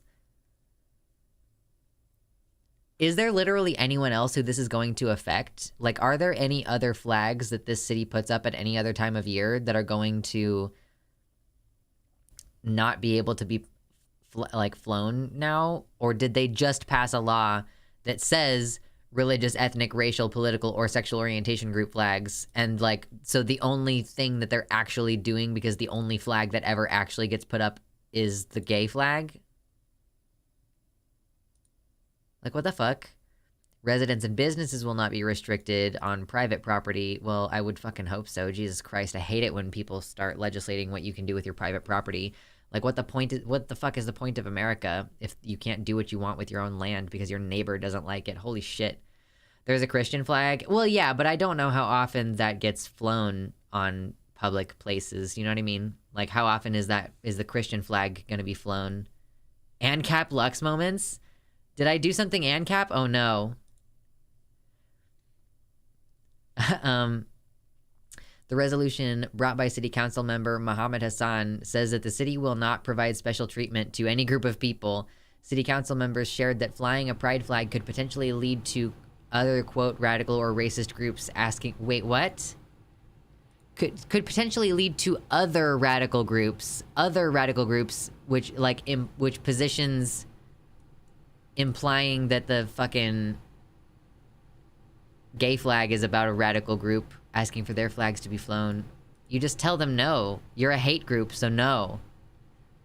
Dozens of community members spoke on the resolution during several hours allotted for public comment. One individual opposed the resolution, saying, for Hamtramck to attempt to equate the LGBTQ pride flag with hate symbols when it is a symbol of progress and love is now a local attack on our community. I mean, that's a pretty good point. Just the I hate the government telling me what I can and can't do with my private property comment. Is that anarcho-capitalism? I mean, I just think that, like, if you're gonna have private property, it's fucked up when someone tries to tell you what to do with it. Or the idea of an HOA. God, I hate the idea of HOAs. Like, if it's within reason, then, yeah, like, obviously you don't want someone to have, like, a hazard in their yard.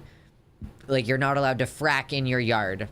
Sure. There's like a reasonable justification for that not being the thing. But if you're gonna tell people that they can't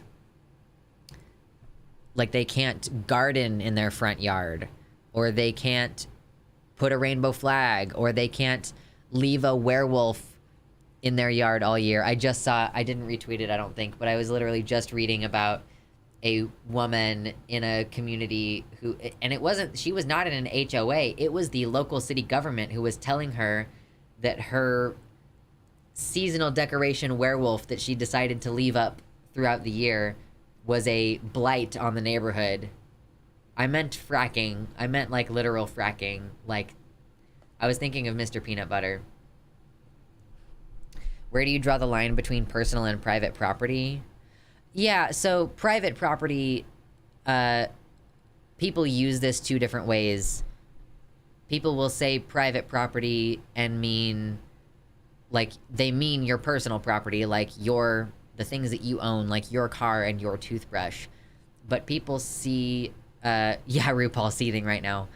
But you also have private property in the economic sense, which private property means the means of production. Private property means owned by a company in that context. So, you know, what is the line between personal and private property? If you're making the distinction between personal and private property in the first place, then the distinction is between capital versus personal property. Capitalists don't distinguish between private and personal property. Yeah, I mean, as far as the owner of the company is concerned, the machines in the factory are his personal property, and he's paying you to operate them. But economically speaking, that is private property as opposed to public property in that sense of industry and publicly accessible spaces. So yeah, personal property is just your stuff, and then when you start employing people and, you know, they are using your equipment to produce surplus value for your business, then that's private property, if you're making the distinction. Hello, Missy. When my mom bought a house, she broke the HOA that tried to form because they couldn't agree if flags period were a political statement, and they didn't want anything political. God, I hate people so much. Like, the fact that I'm gonna be restricted on where I can live because I refuse to live under the fucking disgusting fascist authoritarian dictatorship of an HOA, like, it's so fucked up that even if everything else were fine and I was just, like, planning with my husband to buy a house in Kansas, you know, it's fucked up that I would be, it's like, not on top of everything else, it's not even about oh, do I like this neighborhood or do I like this house, but is there a fucking HOA here? Because if yes, then I'm not gonna live here. Ugh. Awful. Oh, of course HOAs were originally created to keep black people out of white neighborhoods. Of course.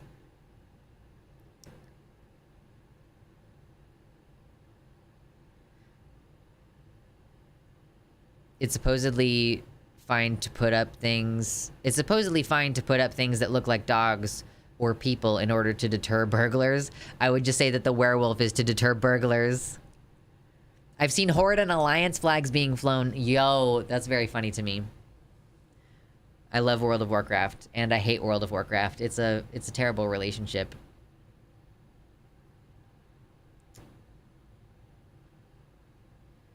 I'm flying a Horde flag if I ever get a house. For the Horde, Mama Mauled! Once I saw a really cute design that it was purple and it incorporated the Alliance and the Horde symbols together, and I think that I might get that. Also, Casey Miller made a new video a few days ago, and yes, he is still androgenized. Really? Did I block them? Casey Miller... I think I did. I must have blocked them. People. Or they blocked me, maybe? I did DM them at some point. What's their at? I don't remember what their at is. I want to see it.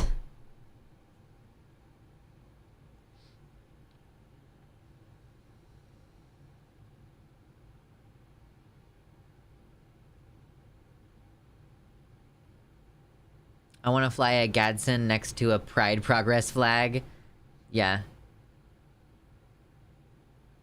Later, Baphomet. Casey Miller. I think they must have blocked me. Otherwise, they would be showing up in my search, wouldn't they?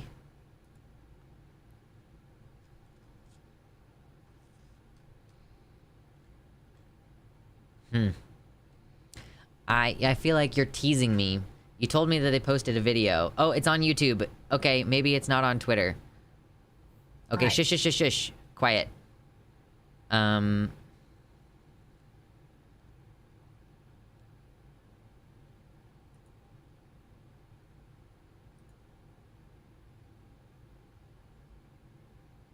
Okay, they do have a Twitter now. It's just under a different name. Oh, and they're on Twitter Blue, of course. Their new Twitter account says, serial crossdresser and sarcastic asshole. Never a man, just a dyke in denial. Interesting. I gotta get my headphones. I gotta get my headphones on. My headphones on. I gotta get my headphones on. Why do I keep doing my telephone? My telephone.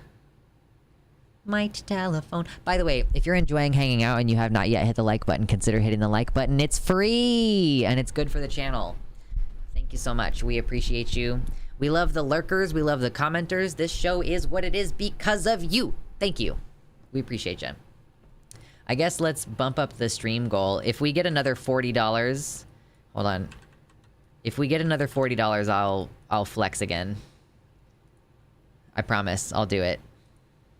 You don't believe me? I'm threatening you. I'll do it. Okay, let's see what Casey Miller's up to now. I totally forgot that they existed, and it was a blissful couple of minutes. It was a blissful few moments. Hi. Last time I filmed a video in my car, like this, I think that they're working on... Is it they or she? This is the thing about detrans people, is, like, when they're shitty like this, they don't put their fucking pronouns in bio. So I'm just gonna use they, and, I'll just hope that that's not horrendously inappropriate.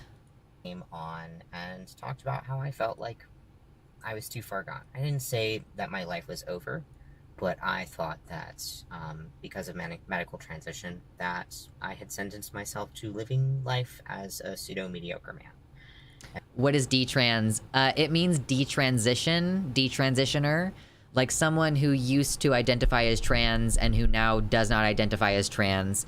So a lot of the time, detransitioners are just normal people who decided that transition was not ideal for them. Or, I mean, a lot of the time, the overwhelming majority of the time, if people detransition, it's because they were not accepted by their family, and it was so toxic for them to be out as trans that they decided to desist so that they could be safe and accepted in society. But some people, like Casey, decide to use their bad experience and they use their regret as a weapon against other trans people getting access to this healthcare in the first place. And Casey is an especially unhinged character, I will say, because additionally, Casey Miller was adopted or was a surrogate kid or something like that. Like, I think it was adoption, and they're against adoption now as a concept because they were adopted by people who used unofficial channels and who were abusive to them. So, like, Casey is really great, like, really big on weaponizing their bad experiences to just say the entire concept is bad. Like, literally, my parents adopted me. Like, this is what they're saying. Like, my parents used a shady, basically child trafficking, like, network in order to adopt me as a baby, and then they mistreated me, and so adoption as a concept is bad. Like, what a fucking idiot. And that was just the fate that I had, talking about the long-term effects of testosterone. Now, an update since then. At the time, in early October, I was still on testosterone, and in late October, I decided to stop cold turkey. And so it's been a little over 7 months since then. And I've noticed some changes. I've noticed behavioral changes in terms of how I process things, how I process emotions, crying, all of that stuff. Just kind of stereotypical, but it's true. Testosterone does have an impact. I mean, I made a video similar to this because I've been on and off tea for like 7 years. I like go on it for 2 years, and then I quit for 2 years, and then I go on it for 2 years, and that's kind of like my pattern a little bit. So like, yeah, I have made content about this type of thing before, about what it's like when you stop taking hormones and what changes go back and everything. I just didn't weaponize anything about my transition against other people having access to medical care, which is the problem that I have with Casey Miller. To be totally clear, I think that Casey Miller is a piece of shit because they advocate against trans people having access to this medical care. I don't think that Casey Miller is a piece of shit because they regret their medical transition, you know? Yeah, some people can be pushed into repression by online efforts. Yeah, absolutely, for sure. On my brain and how I process things. Physical changes as well. Body fat redistribution, hormone levels, and all that stuff. But largely... I don't think you would be noticing body fat redistribution after only 12 months off of tea. That seems a little bit crazy to me.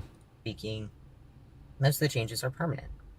And that's fine. I've come to a point of acceptance with the current circumstance. What do you mean most of those things are permanent? You're just like, you're alluding to a block of things. Oh my god, why am I doing this? My voice is this way. It's going to stay this way. My hairline, obviously I'm growing my hair out. I kept buzzing it until about January-ish. And then I was like, okay, we're going to try and grow it out and see what happens. And I'm trying some naturopathic stuff. But, you know, my hairline is still receded. It's not coming back. That's not true. It does come back. It can come back. It absolutely does. God, I fucking hate this person. It's better, especially as it grows longer. But a lot of the changes are permanent. And also, you know, I had a double mastectomy. I had a double mastectomy. Yeah, of course that part's permanent. My breasts are not going to grow back. That's just not going to happen. You know, I had laser on my face, but, you know, I still have permanent body hair growth. I still have permanent hair loss, permanent voice deepening, permanent... The hair stuff, most of it goes away. Yeah, if this were true, trans girls would never get regrowth. Yeah, what about trans women that do voice feminization training? Voice isn't permanent per se. They've only been off of testosterone since October, so they're only like 7 months on estrogen essentially. Like, imagine if a trans girl was here only 7 months on estrogen, going, "I'm never gonna pass as a woman." It's like, just shut up for 2 years, okay? Just shut your mouth for 2 years and then see what it's like. Obviously, your tits aren't gonna grow back. But yes, your hair will fill back in. Your body hair will fall out, or you can get laser. Like, my happy trail, I had a fairly decent happy trail when I was on testosterone, and when I quit tea, it was gone within 2 months. Like, it just fell out. I don't know what to tell you. Like, it's not permanent. And I was already thinking that their voice sounds more feminine than the previous video. So, like, just the way that they speak is changing, and it sounds more feminine to me. Like, I can clearly see the ways in which this person is indicating that they're feminine. They've got the earrings. Yeah, how do they think trans women change their voice? This person is an idiot who doesn't realize that trans women are their best friend right now. Changes everywhere. And I thought that it was a death sentence for me. And I didn't want to be here after I figured out what I did to myself and what the medical establishment allowed me to do. And I struggled for months. I really did. So why am I logging on now on a new account where I didn't want to bring too much attention to myself? People have found it helpful when I speak. I don't know why. I guess they just like what I have to say, or maybe my perspective. But I think the biggest thing that I want to say... You're very useful. You're a very useful idiot, Casey. You're a very useful idiot to TERFs who are love bombing you. You can do voice therapy. Listen, like, I mean, seriously, it really doesn't even take very much practice. Like, I literally don't even try to sound like a girl most of the time. I find this to be kind of an irritating way to spend my time. I don't really try to feminize my voice, and yet I know very basic things about how to do voice feminization and voice masculinization, and I can give you the very basic pointers that you need. Just bring your voice to the front of your mouth, pinch it down a little bit, squeeze it in the back of your throat. Like, you can continue, the resonance is still down here, but just bring your voice, forward, okay? And give yourself a little bit of it's fine. Like, holy shit, dude. I don't know what to tell you. Like, it's so easy. It's so easy. Voice training is not hard. Is that based on where I was at previously? The background noise in that video sounds much stranger than their voice. Yeah, there's like a versus where I'm at now. When I filmed that video, I thought there was no hope for me. And now, several months later, I don't know what happened. Sometime in late April, I think a switch flipped for me. Because I cried for months. I was grieving for months. I was mad. I was angry. I didn't want to be here. And I kept trying to hang on. Because I knew it wasn't an option to kill myself. I mean, it is an option, but it wasn't realistically an option. I have a purpose. I just don't know what it is yet, and I know I don't want to live, but I have to keep going. You just need to become best friends with trans girls. Stop being weird and just be friends with trans girls. Their voice is fine anyway. There's nothing wrong with it. I mean, it doesn't really sound bad to me. Just use different things so your voice gets read differently. Like, I can clearly already tell that this person is feminine. Like, I can see it, like, in the way that they're carrying their body. I'm like, I don't really get why you're wearing this t-shirt. You know, I guess, like, maybe I'm just familiar with Support Detrans. Like, Support Detrans on Twitter, Lady has she had a mastectomy, but she dresses femininely, and Casey is wearing like a men's t-shirt.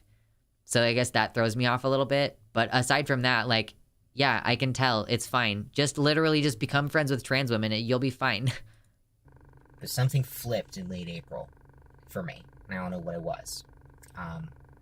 And now I do want to keep going. And I'm coping with the changes. And I'm coping with, you know, being perceived ambiguously in society because I'm a conglomeration of secondary sex characteristics, some of which are natural and some of which are artificially induced. But I'm coping. Is it easy? No, it's not. But I'm able to move forward, and I am moving forward, and I've accepted that this is just the reality of things. But it also doesn't have to sentence me to a certain way of living forever. I can still do something great with my life, and I can still move on. And you know, I don't. I guess I empathize with those feelings of like, plenty of people have felt like, you know, their life is over. Like, they realize that they're trans and they go, oh my God, I'll never pass. And so my life is over. Like, I might as well kill myself, such and such. Like, I can't live a good life. So I empathize with those feelings to an extent. Like, I'm not going to say it's not hard. If you realize that you are transitioning and that it's not right for you, I bet that's probably tough. It's also nothing it's no worse than what any trans person has gone through who has had like a puberty that they didn't want and they had to reverse the effects of. Like, it's pretty normal. It's pretty normal and it's fine. And it's good that they feel better now. Like, that's good. That's what realizing your gender and acting on that information does for you, is it makes you feel better. So that's cool. Have to let these changes dictate how I live my life forever. And I think I'm beginning to heal. Which is not something that I thought even a couple months ago I could say. So, I guess what I'm trying to say is mainly for people who think that they are trans, or that they regret things, or that they're too far gone and they just can't go back. You're never too far gone to return to who you are. And that might look different for anybody. But it's not bad to question things. It's not bad to look at why you decided to transition in the first place. And it's never too late to take a step back from things. And don't let anybody dictate that timeline for you. You've got to do it on your own time. But I guess the whole point of this is that I want to tell anybody that is in the throes of regret, in the throes of grief, is questioning where they're at with things, that it does get better. I don't think this should have happened. I don't want this to keep happening to other kids and vulnerable young adults such as myself. But my life is not over because of it. Yeah, so this is the reason why I think that Casey Miller is a huge piece of shit. Because I don't care that you regretted your surgery.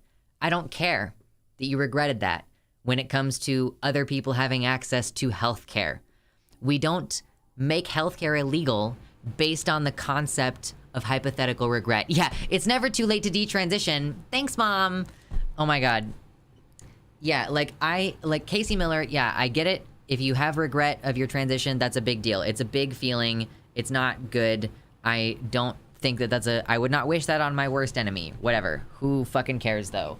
You know, like, I don't care that you regretted your surgery. You are not allowed to say other kids. There are way more people. There are far more people in the world who regret not having access to that care in the first place than who regret having access to that care. So, with peace and love, Casey Miller, go fuck yourself. Thanks.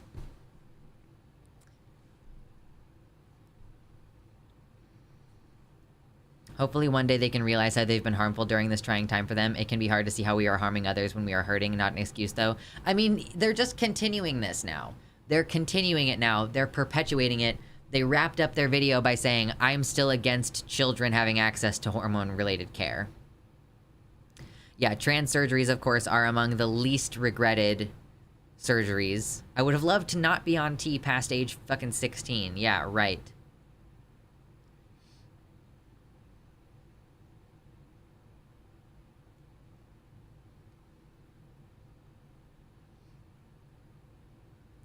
Anyway, I knew that Casey Miller sucked, and I did not think that anything new was gonna be said here. It's like, look, you know what? I can see the changes you've gone through. I can see the estrogen coming back into your skin. You're fucking glowing. You're glowing, okay? Your hair will fill back in. Shut the fuck up with your misinformation. I can clearly see that it's longer.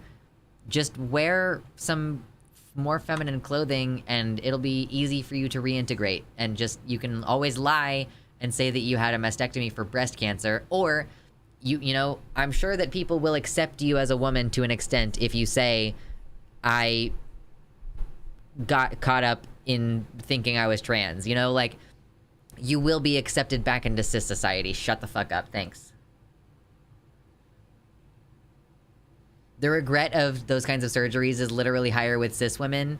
Right, like, cis women who get a boob job, there are more instances of regret than for trans people who get any surgery. Like, all of the surgeries that trans people get, including boob jobs, cis women regret them more than we do when we get those kind of surgeries.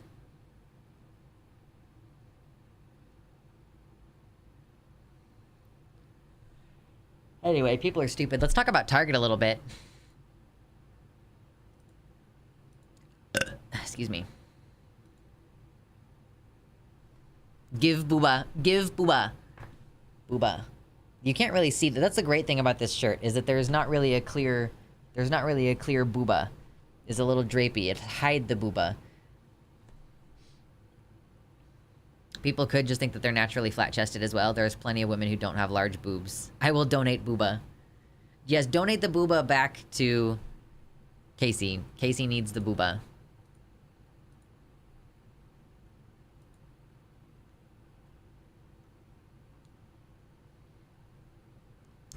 It's like I want to feel bad for them, but they're such a shithead that I can't.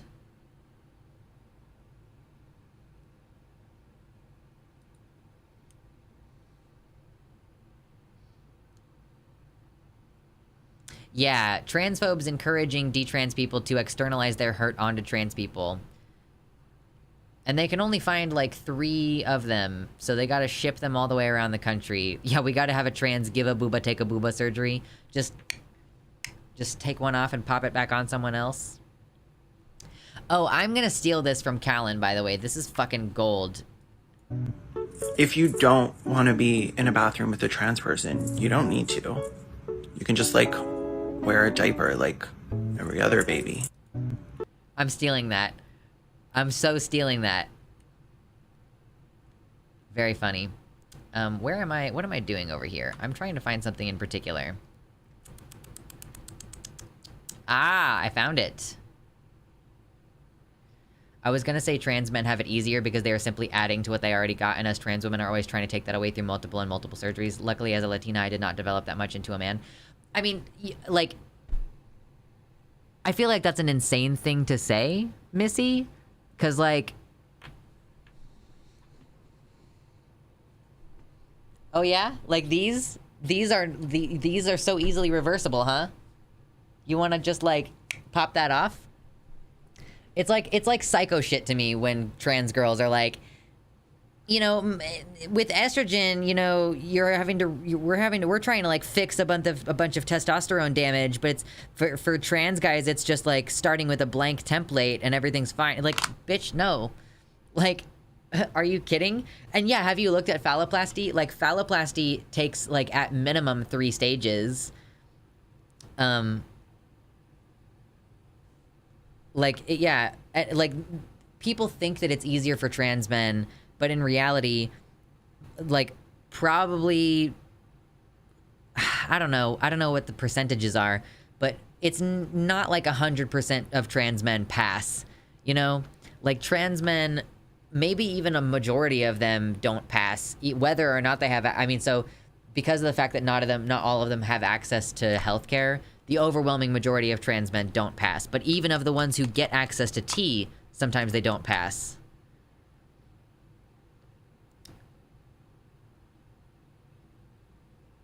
This whole back and forth is why puberty blockers are necessary. True.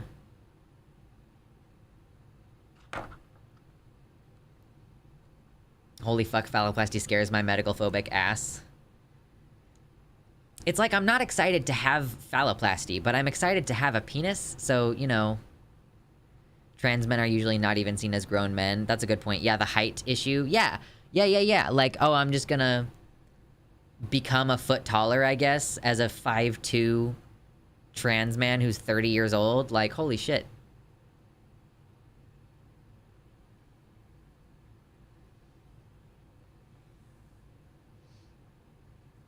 The scarring is why phallo is absolutely out of the question for me. Why? I don't know, like... You also don't have to have your forearm... You can take the graft from somewhere else. Like, if you get alt, which takes skin from your thigh, then you just have a scar on your thigh that you can always keep covered. Oh, of course, the cost. Yeah, of course. I would probably have to crowdfund for mine.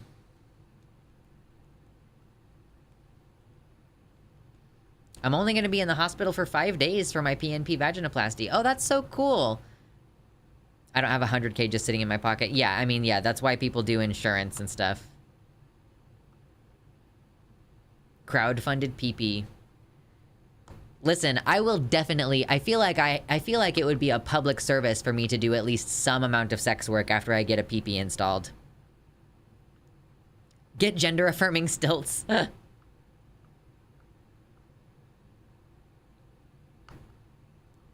I've seen Casey Miller on this one guy's channel called Benjamin A. Boyce, and he is still promoting detransition and saying a bunch of nonsense BS. Yeah. I'm not surprised. Casey Miller's kind of a fucking idiot, so... And I will maintain that. My roommate was a cis incel, and he tried to kill me because he's a stupid little short guy who hates himself and secretly blames his problems on his innate self instead of actually doing things to improve himself. Holy shit, Ellie. That's fucking insane. Oh yeah, home recovery is gonna be like a month and a half to 2 months, though. Yeah, so you're staying in the hospital for... You're getting your surgery, and then they're gonna be taking direct care of you for 5 days, and you'll have like a post-op appointment maybe around the 5-day mark, and then they'll decide whether to discharge you. Usually with phalloplasty, I think you only stay like maybe 1 overnight, and then you go home, but you don't go away. If you traveled for your surgery, then you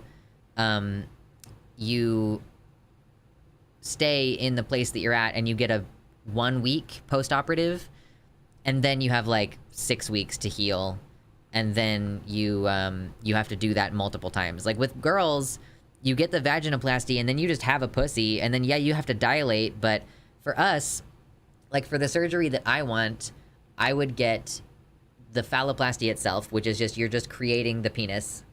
And then here's the penis. It's like this big, and you just have it, and it's like on the front of your body. And there's like, the glandsplasty is a separate surgery where they redefine the shape of the head of the penis. And then maybe you'll get scrotoplasty at the same time. Like, I don't want scrotoplasty, but maybe you'll get scrotoplasty around that same time. Maybe you'll have vaginectomy in the second stage, like, and then later on, after things are healed up, then they, like, open up the penis again and put an erectile device in and then close it up. And that has a really high risk of infection at the erectile device phase. So, like, for trans guys who are getting phalloplasty, you're looking at a minimum of 3 surgeries. And that's assuming that you're able to stack different... Like, so for me, I would get phalloplasty, the initial creation of the penis, and then later a small procedure for glandsplasty. And after that healed, I would get medical tattooing, which is also a different expense. Like, otherwise it'll just be like a white penis, like pure white with no color variation. So, like, after glandsplasty heals, I will get the medical tattooing that kind of helps emphasize that shape of the glands, even though probably eventually it will flatten out because it's just really hard to keep a ridge on your skin like that. Although, I don't know, I wonder if you could, like, wear something casually, like, that could just reinforce the shape of it. I don't know. And then the third stage separately is having an erectile device put in, so...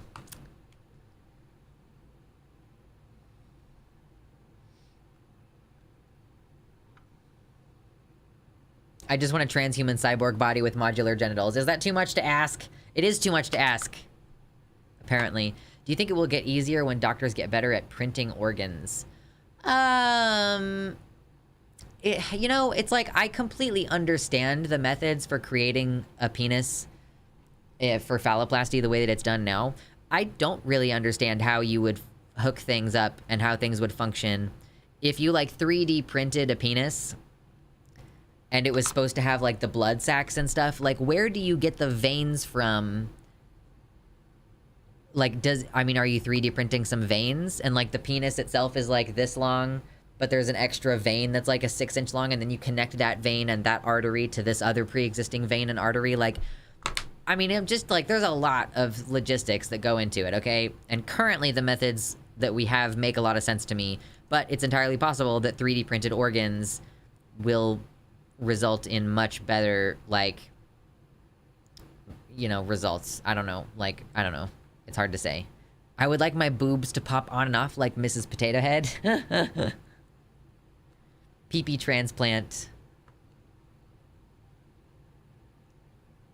Yeah, I kind of agree, Ellie Fox. I don't really use the word gender identity, the phrase gender identity, unless I'm making a very specific point.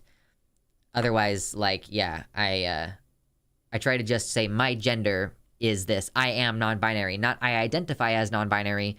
It doesn't matter whether I identify as non-binary or not. I am non-binary. Like, I am not strictly male or female, so by definition, you know. If they could 3D print and add things on, then we could have multiple sets of genitals. Just like the fucking squid genitals, like... They're coming out. The tentacles are coming out. Anyhow.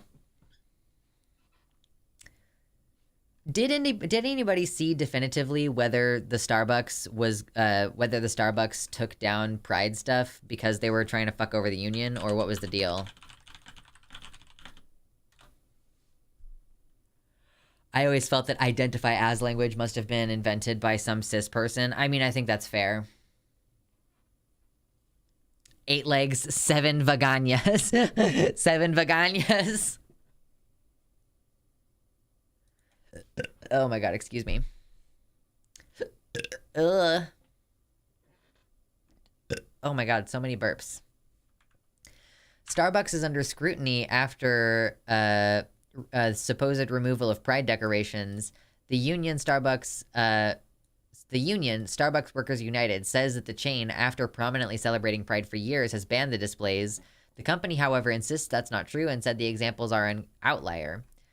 A union representing hundreds of Starbucks stores said this week that workers in 21 states were told by their managers not to decorate for Pride Month, a claim that the company said represented, quote, outlier decisions by local leaders that did not reflect corporate policy. But even in New York City neighborhoods that are almost synonymous with Pride, the traditional rainbow displays were more muted, if visible at all, than in years past. In Manhattan, for example, no Pride decorations could be seen at several Starbucks stores in Chelsea and Greenwich Village, including the one just a block from the Stonewall Inn. One flag was spotted uptown at a store in Hell's Kitchen.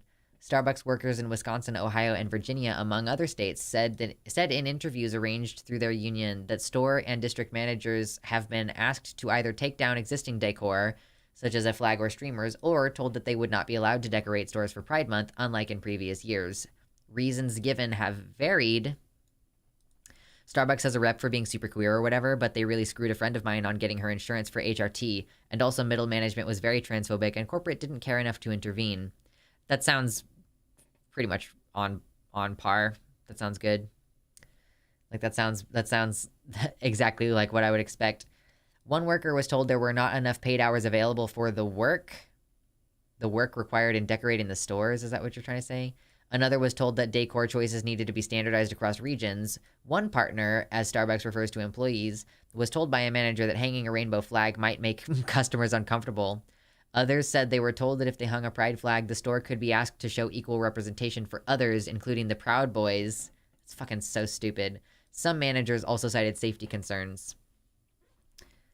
So I guess they have actually taken down some in some areas. After the union criticized Starbucks on Tuesday, the company sent a note to North American corporate and retail leaders that said there was no ban on pride decorations in stores. Several managers interviewed by NYT said that they had not received such communication. Yeah.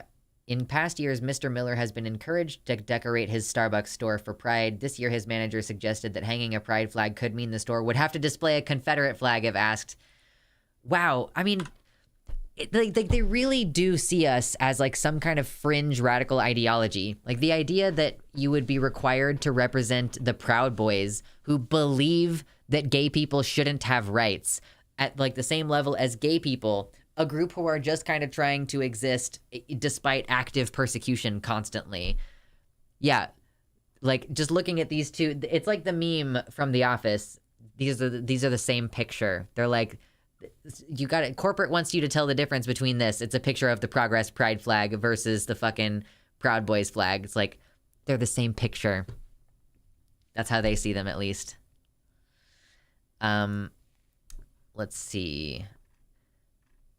So some employees are not a fan of this, obviously, but even some customers are not a huge fan.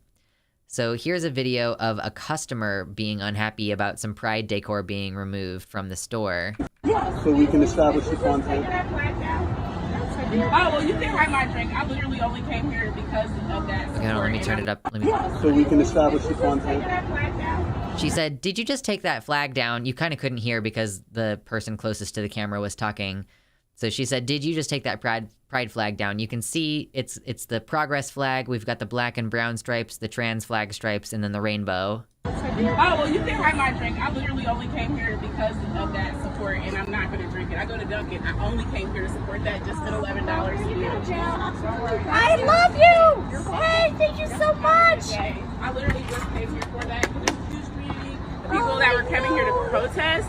So when I saw the flag was up, I bought a drink, but I just rather not drink it. Have a good day. Thank you!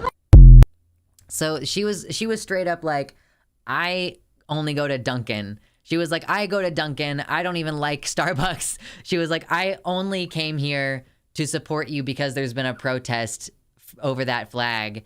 I spent $11 here and I don't even want your shitty drink. She just straight up was like, nope. I think what was happening here is that this to me looks like this woman with the bandana. She looks like the store manager, I think. And this woman looks like a district manager. She's got the keys outside her pocket. I think that the district manager came in and told the store manager that she needed to take it down. Yeah, after district manager takes down pride flag. That's what this looks like to me. Like, this woman is the manager, this woman is the district manager, and she is a clear fucking Karen who got pissy about the pride flag. This is the kind of woman who will scream in your face that you're a groomer. For sure. Krispy Kreme is the best for donuts. They're okay. I want to make a deal with transphobes. If they want to eradicate us and ban us from society, they have to fight a full-grown tiger with their bare hands. And if they win and kill the tiger, then they're allowed to eradicate us. Sure. Yeah, let's absolutely go for that. The one finally who kills the tiger, like, crawls out of the pen, dragging their mutilated leg. And then we just... TOS. I was gonna say something, and I thought that it was gonna be funny, and then I realized as I was about to say it that it would definitely be TOS. So, not gonna say it. Looks like the kind that might be married to that Canadian guy who misgendered the 9-year-old girl. Was that in Canada? I thought that was... Are you talking about the 9-year-old girl? I thought that was in, like, Utah or some shit like that. Good talk, everybody. Good talk. Isn't being pro-gay a lot like being anti-gay? Exactly.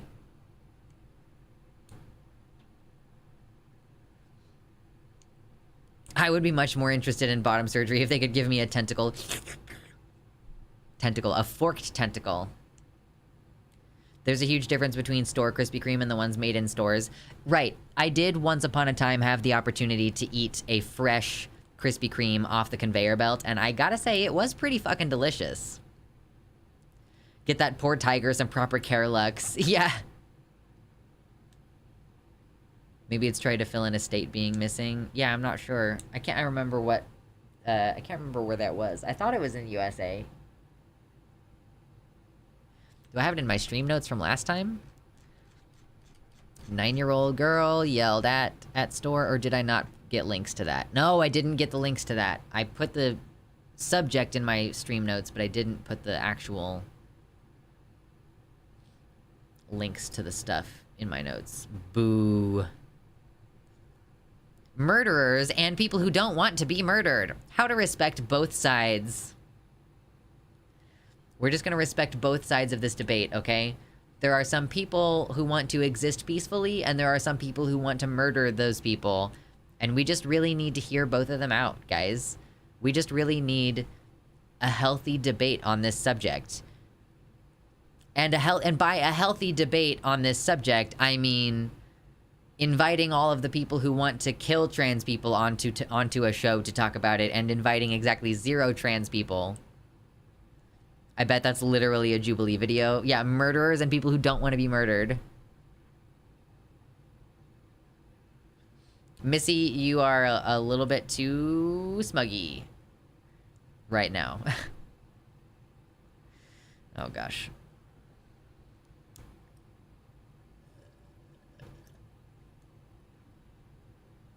Yeah, Insider. Where was this? Oh, it was in Canada. Oh, my bad. Okay. It was in BC. Oh, well, that sucks. BC is supposed to be better. God damn it. It's everywhere. The transphobia is everywhere.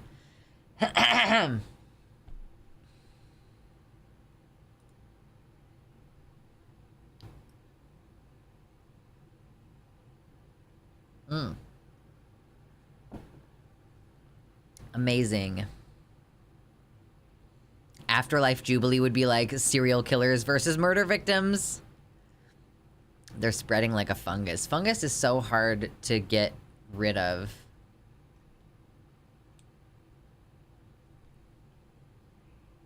Ooh, we yawnin'. We yawnin'.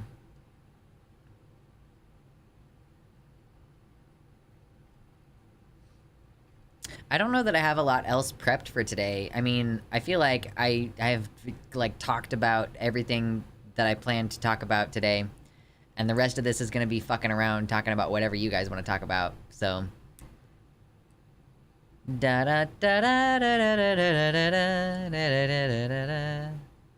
Australia and New Zealand seem to be less transphobic than the rest of the English-speaking world. Interesting fact is they've banned Rupert Murdoch's tabloids for the most part. It sounded like you somehow manually auto-tuned that yawn. I do that sometimes. I be auto-tuning my yawns. I do actually have, like, a my Go XLR that changes stuff, but I just don't want to fucking use it most of the time. Just not at all interested in using them most of the time. Jimmy Snow points out that penises have little vaginas on them. Is that... Are you talking about the urethra hole? Is that what you mean by the little vagina? I don't know. That's crazy.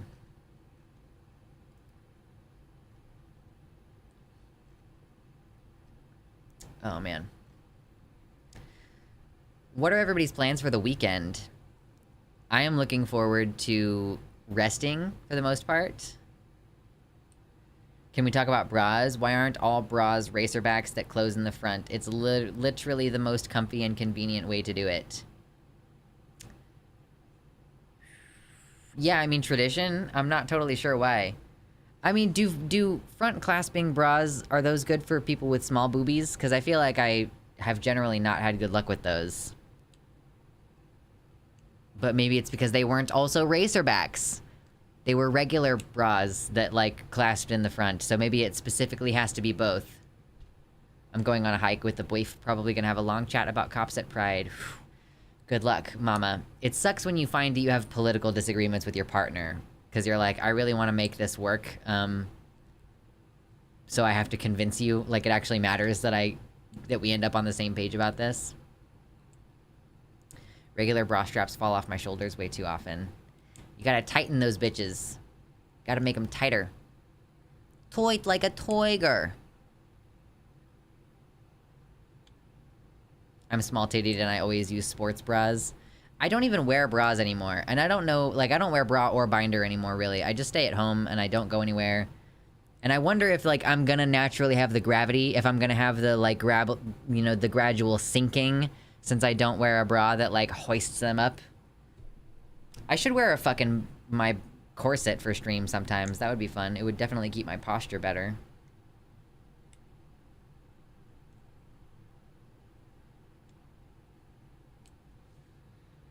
Oh shit, Riley, yeah. Sometimes you gotta work overtime. Working 9 to 9. What a way to make a living. That feel when you work 12-hour fucking days. I have a date coming up with one of my best friends' ex-girlfriends. Nice shade. Yeah, the lesbian community.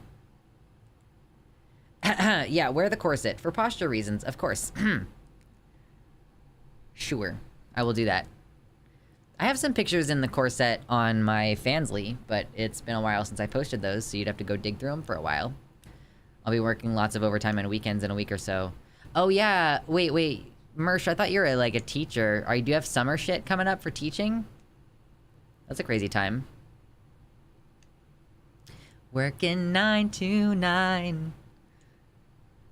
That's what I've got going in my head now. I know that it's 9 to 5. I was making a joke about working overtime.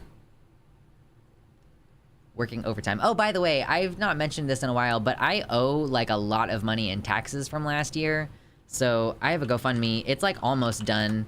But it would be cool if you got a tax return this year, if you'd be willing to help me pay off my taxes. And then I have to somehow make enough money this year to try to start paying off my taxes for next year preemptively, which is arguably not going to happen. So, you know, any help that you can provide would be great.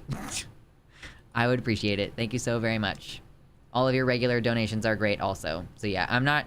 Oh, yeah, I only set the goal at 1,000, which is a little bit less than what I actually owe, because I think the rest of it I'll be able to scramble up. But, yeah, for the time being, still trying to get, like, another couple $100 for that, specifically. Appreciate it. Thank you. Lesbians are the biggest blessing on the planet. I think lesbians are great. I would love to be friends with more lesbians, but I'm afraid that I would fall in love with them, and then I'm, like... in a monogamous relationship. I still haven't gotten my refund. Oh, man. They processed my payment, and apparently because I paid it like a couple days late, I owe them an additional like $6. And yes, they're billing me for that $6 of interest. Jesus Christ. I gotta buy some tires. Oh, no. Tires are so expensive. Like, tires are crazy. I think it might be because I changed my name last year, but this isn't bullshit beyond anything I've seen when I look it up.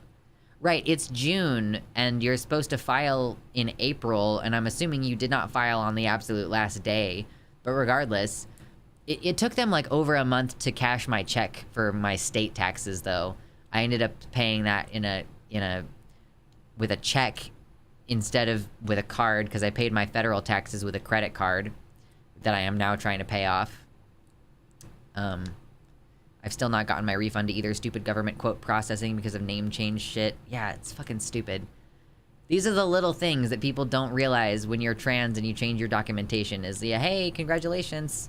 You're gonna get your taxes, like, several months later. County personal property and real estate taxes are what eat my budget up. Oh, yeah. You having property tax, it seems like it's gotta be a good chunk of money. Shit, I did do mine the last day and I got my refund. Don't change your name is what we're learning.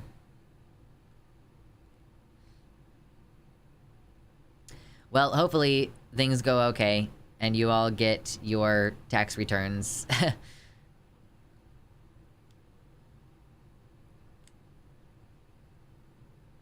Oh, interesting.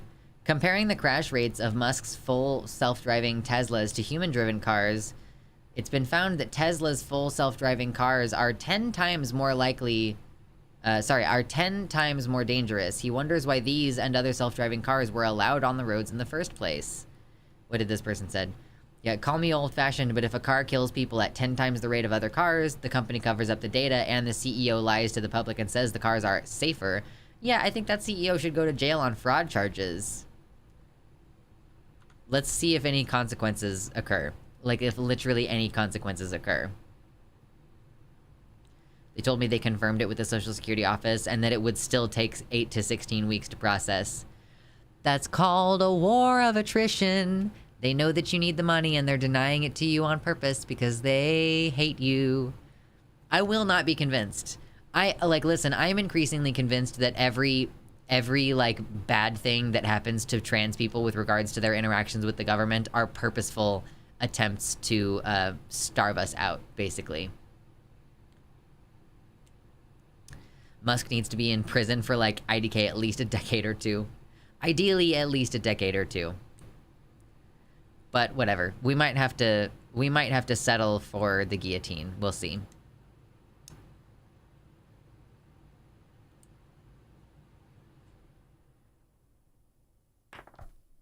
Call me old-fashioned, but when someone tells everyone that they want free speech and then silences trans people while promoting fascists, that person should be in jail as well. Oh wait, it's the same person.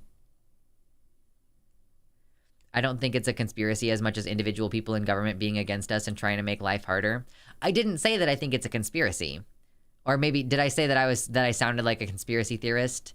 I don't think that it's an organized conspiracy. I think that there are just so many people within the bureaucratic process who are actively transphobic that you don't even need there to be rules institutionally restricting our rights. You can just let people fuck us over in a million ways.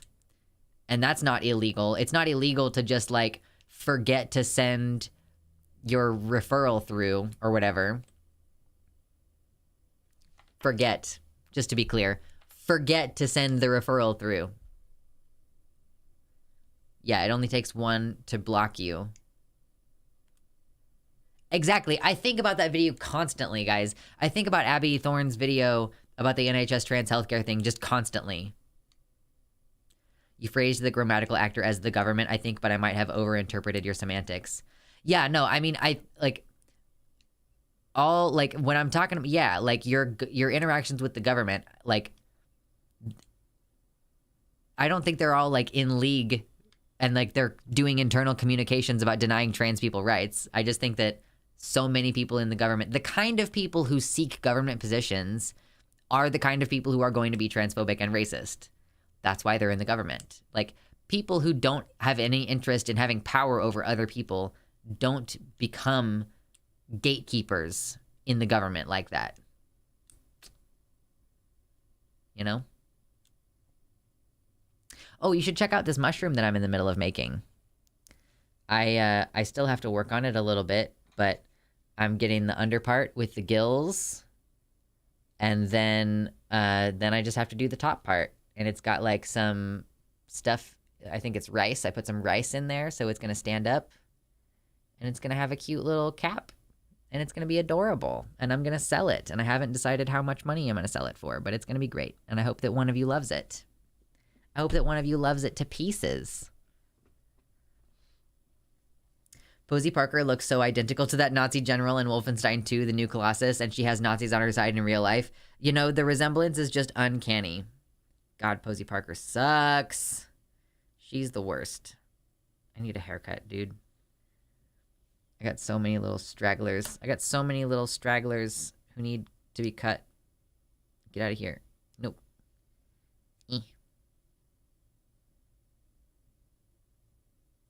Okay. Eyeing my bank account. Yeah. I'm gonna hopefully set up a little website thing for that soon. I just hate how so many people try to police how people look.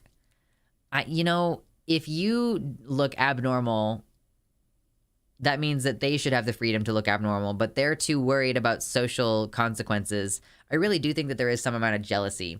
Like that these normies are just so jealous of our ability to not give a fuck what other people think about us, but they care a lot what other people think about them.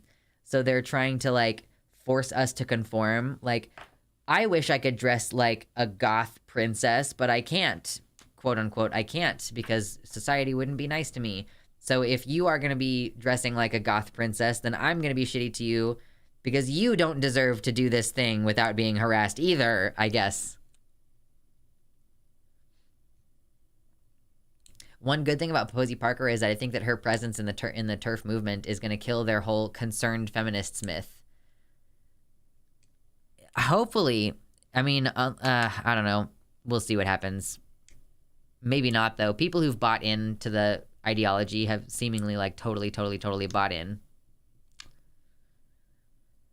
So, it's tough. Posey Parker looks like the reincarnation of Mrs. Goebbels. Wait, really? I mean, I can kind of see it. Hold on, let me pull up a picture of Posey. Okay, all this yarn on my keyboard now.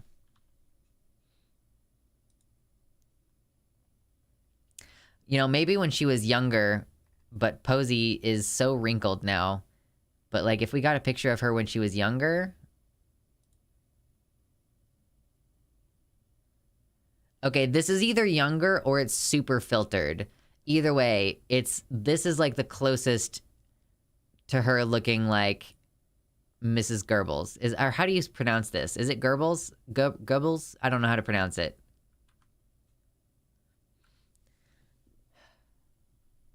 What if Nazis had actually learned how to clone themselves and we're just fighting a second round? They're copy-pasting themselves. They're just printing new ones. 3D printing more white supremacists. Oh my god, excuse me. What gets me is these same normies will listen and sing along and bop their heads to whatever the latest 2-chord progression pop song is in which the singer is wearing a really kooky-looking outfit. And it's kind of, you know, the same thing as with these Gen Xers being all pissy about like gender nonconformity, and it's like, go look at who was a popular musician when you were a kid. David Bowie. Like, look at all these hair metal bands with these men. Like, it's called hair metal because all the men had long hair, and that's, like, understood to be part of the genre. Stupid. Anyway, I have a pot roast, and it smells really yummy, and I'm really excited to go eat it, so I'm gonna go eat it. You want to watch this stream while doing something with your hands? Well, what if I play an ad and then pause the video after the ad ends? Yeah. Absolutely, you've been screwed, mama. Okay, I'm out of here. I'm gonna go eat. Thank you all so much for hanging out. I hope you enjoyed us on the Transatlantic podcast, or sorry, the Transatlantic call-in show. We will be on there again in the future. So, thank you all again. And as far as I know, I'll be seeing you on Sunday. Have a good couple days off stream, and I hope your weekend is beautiful as you are.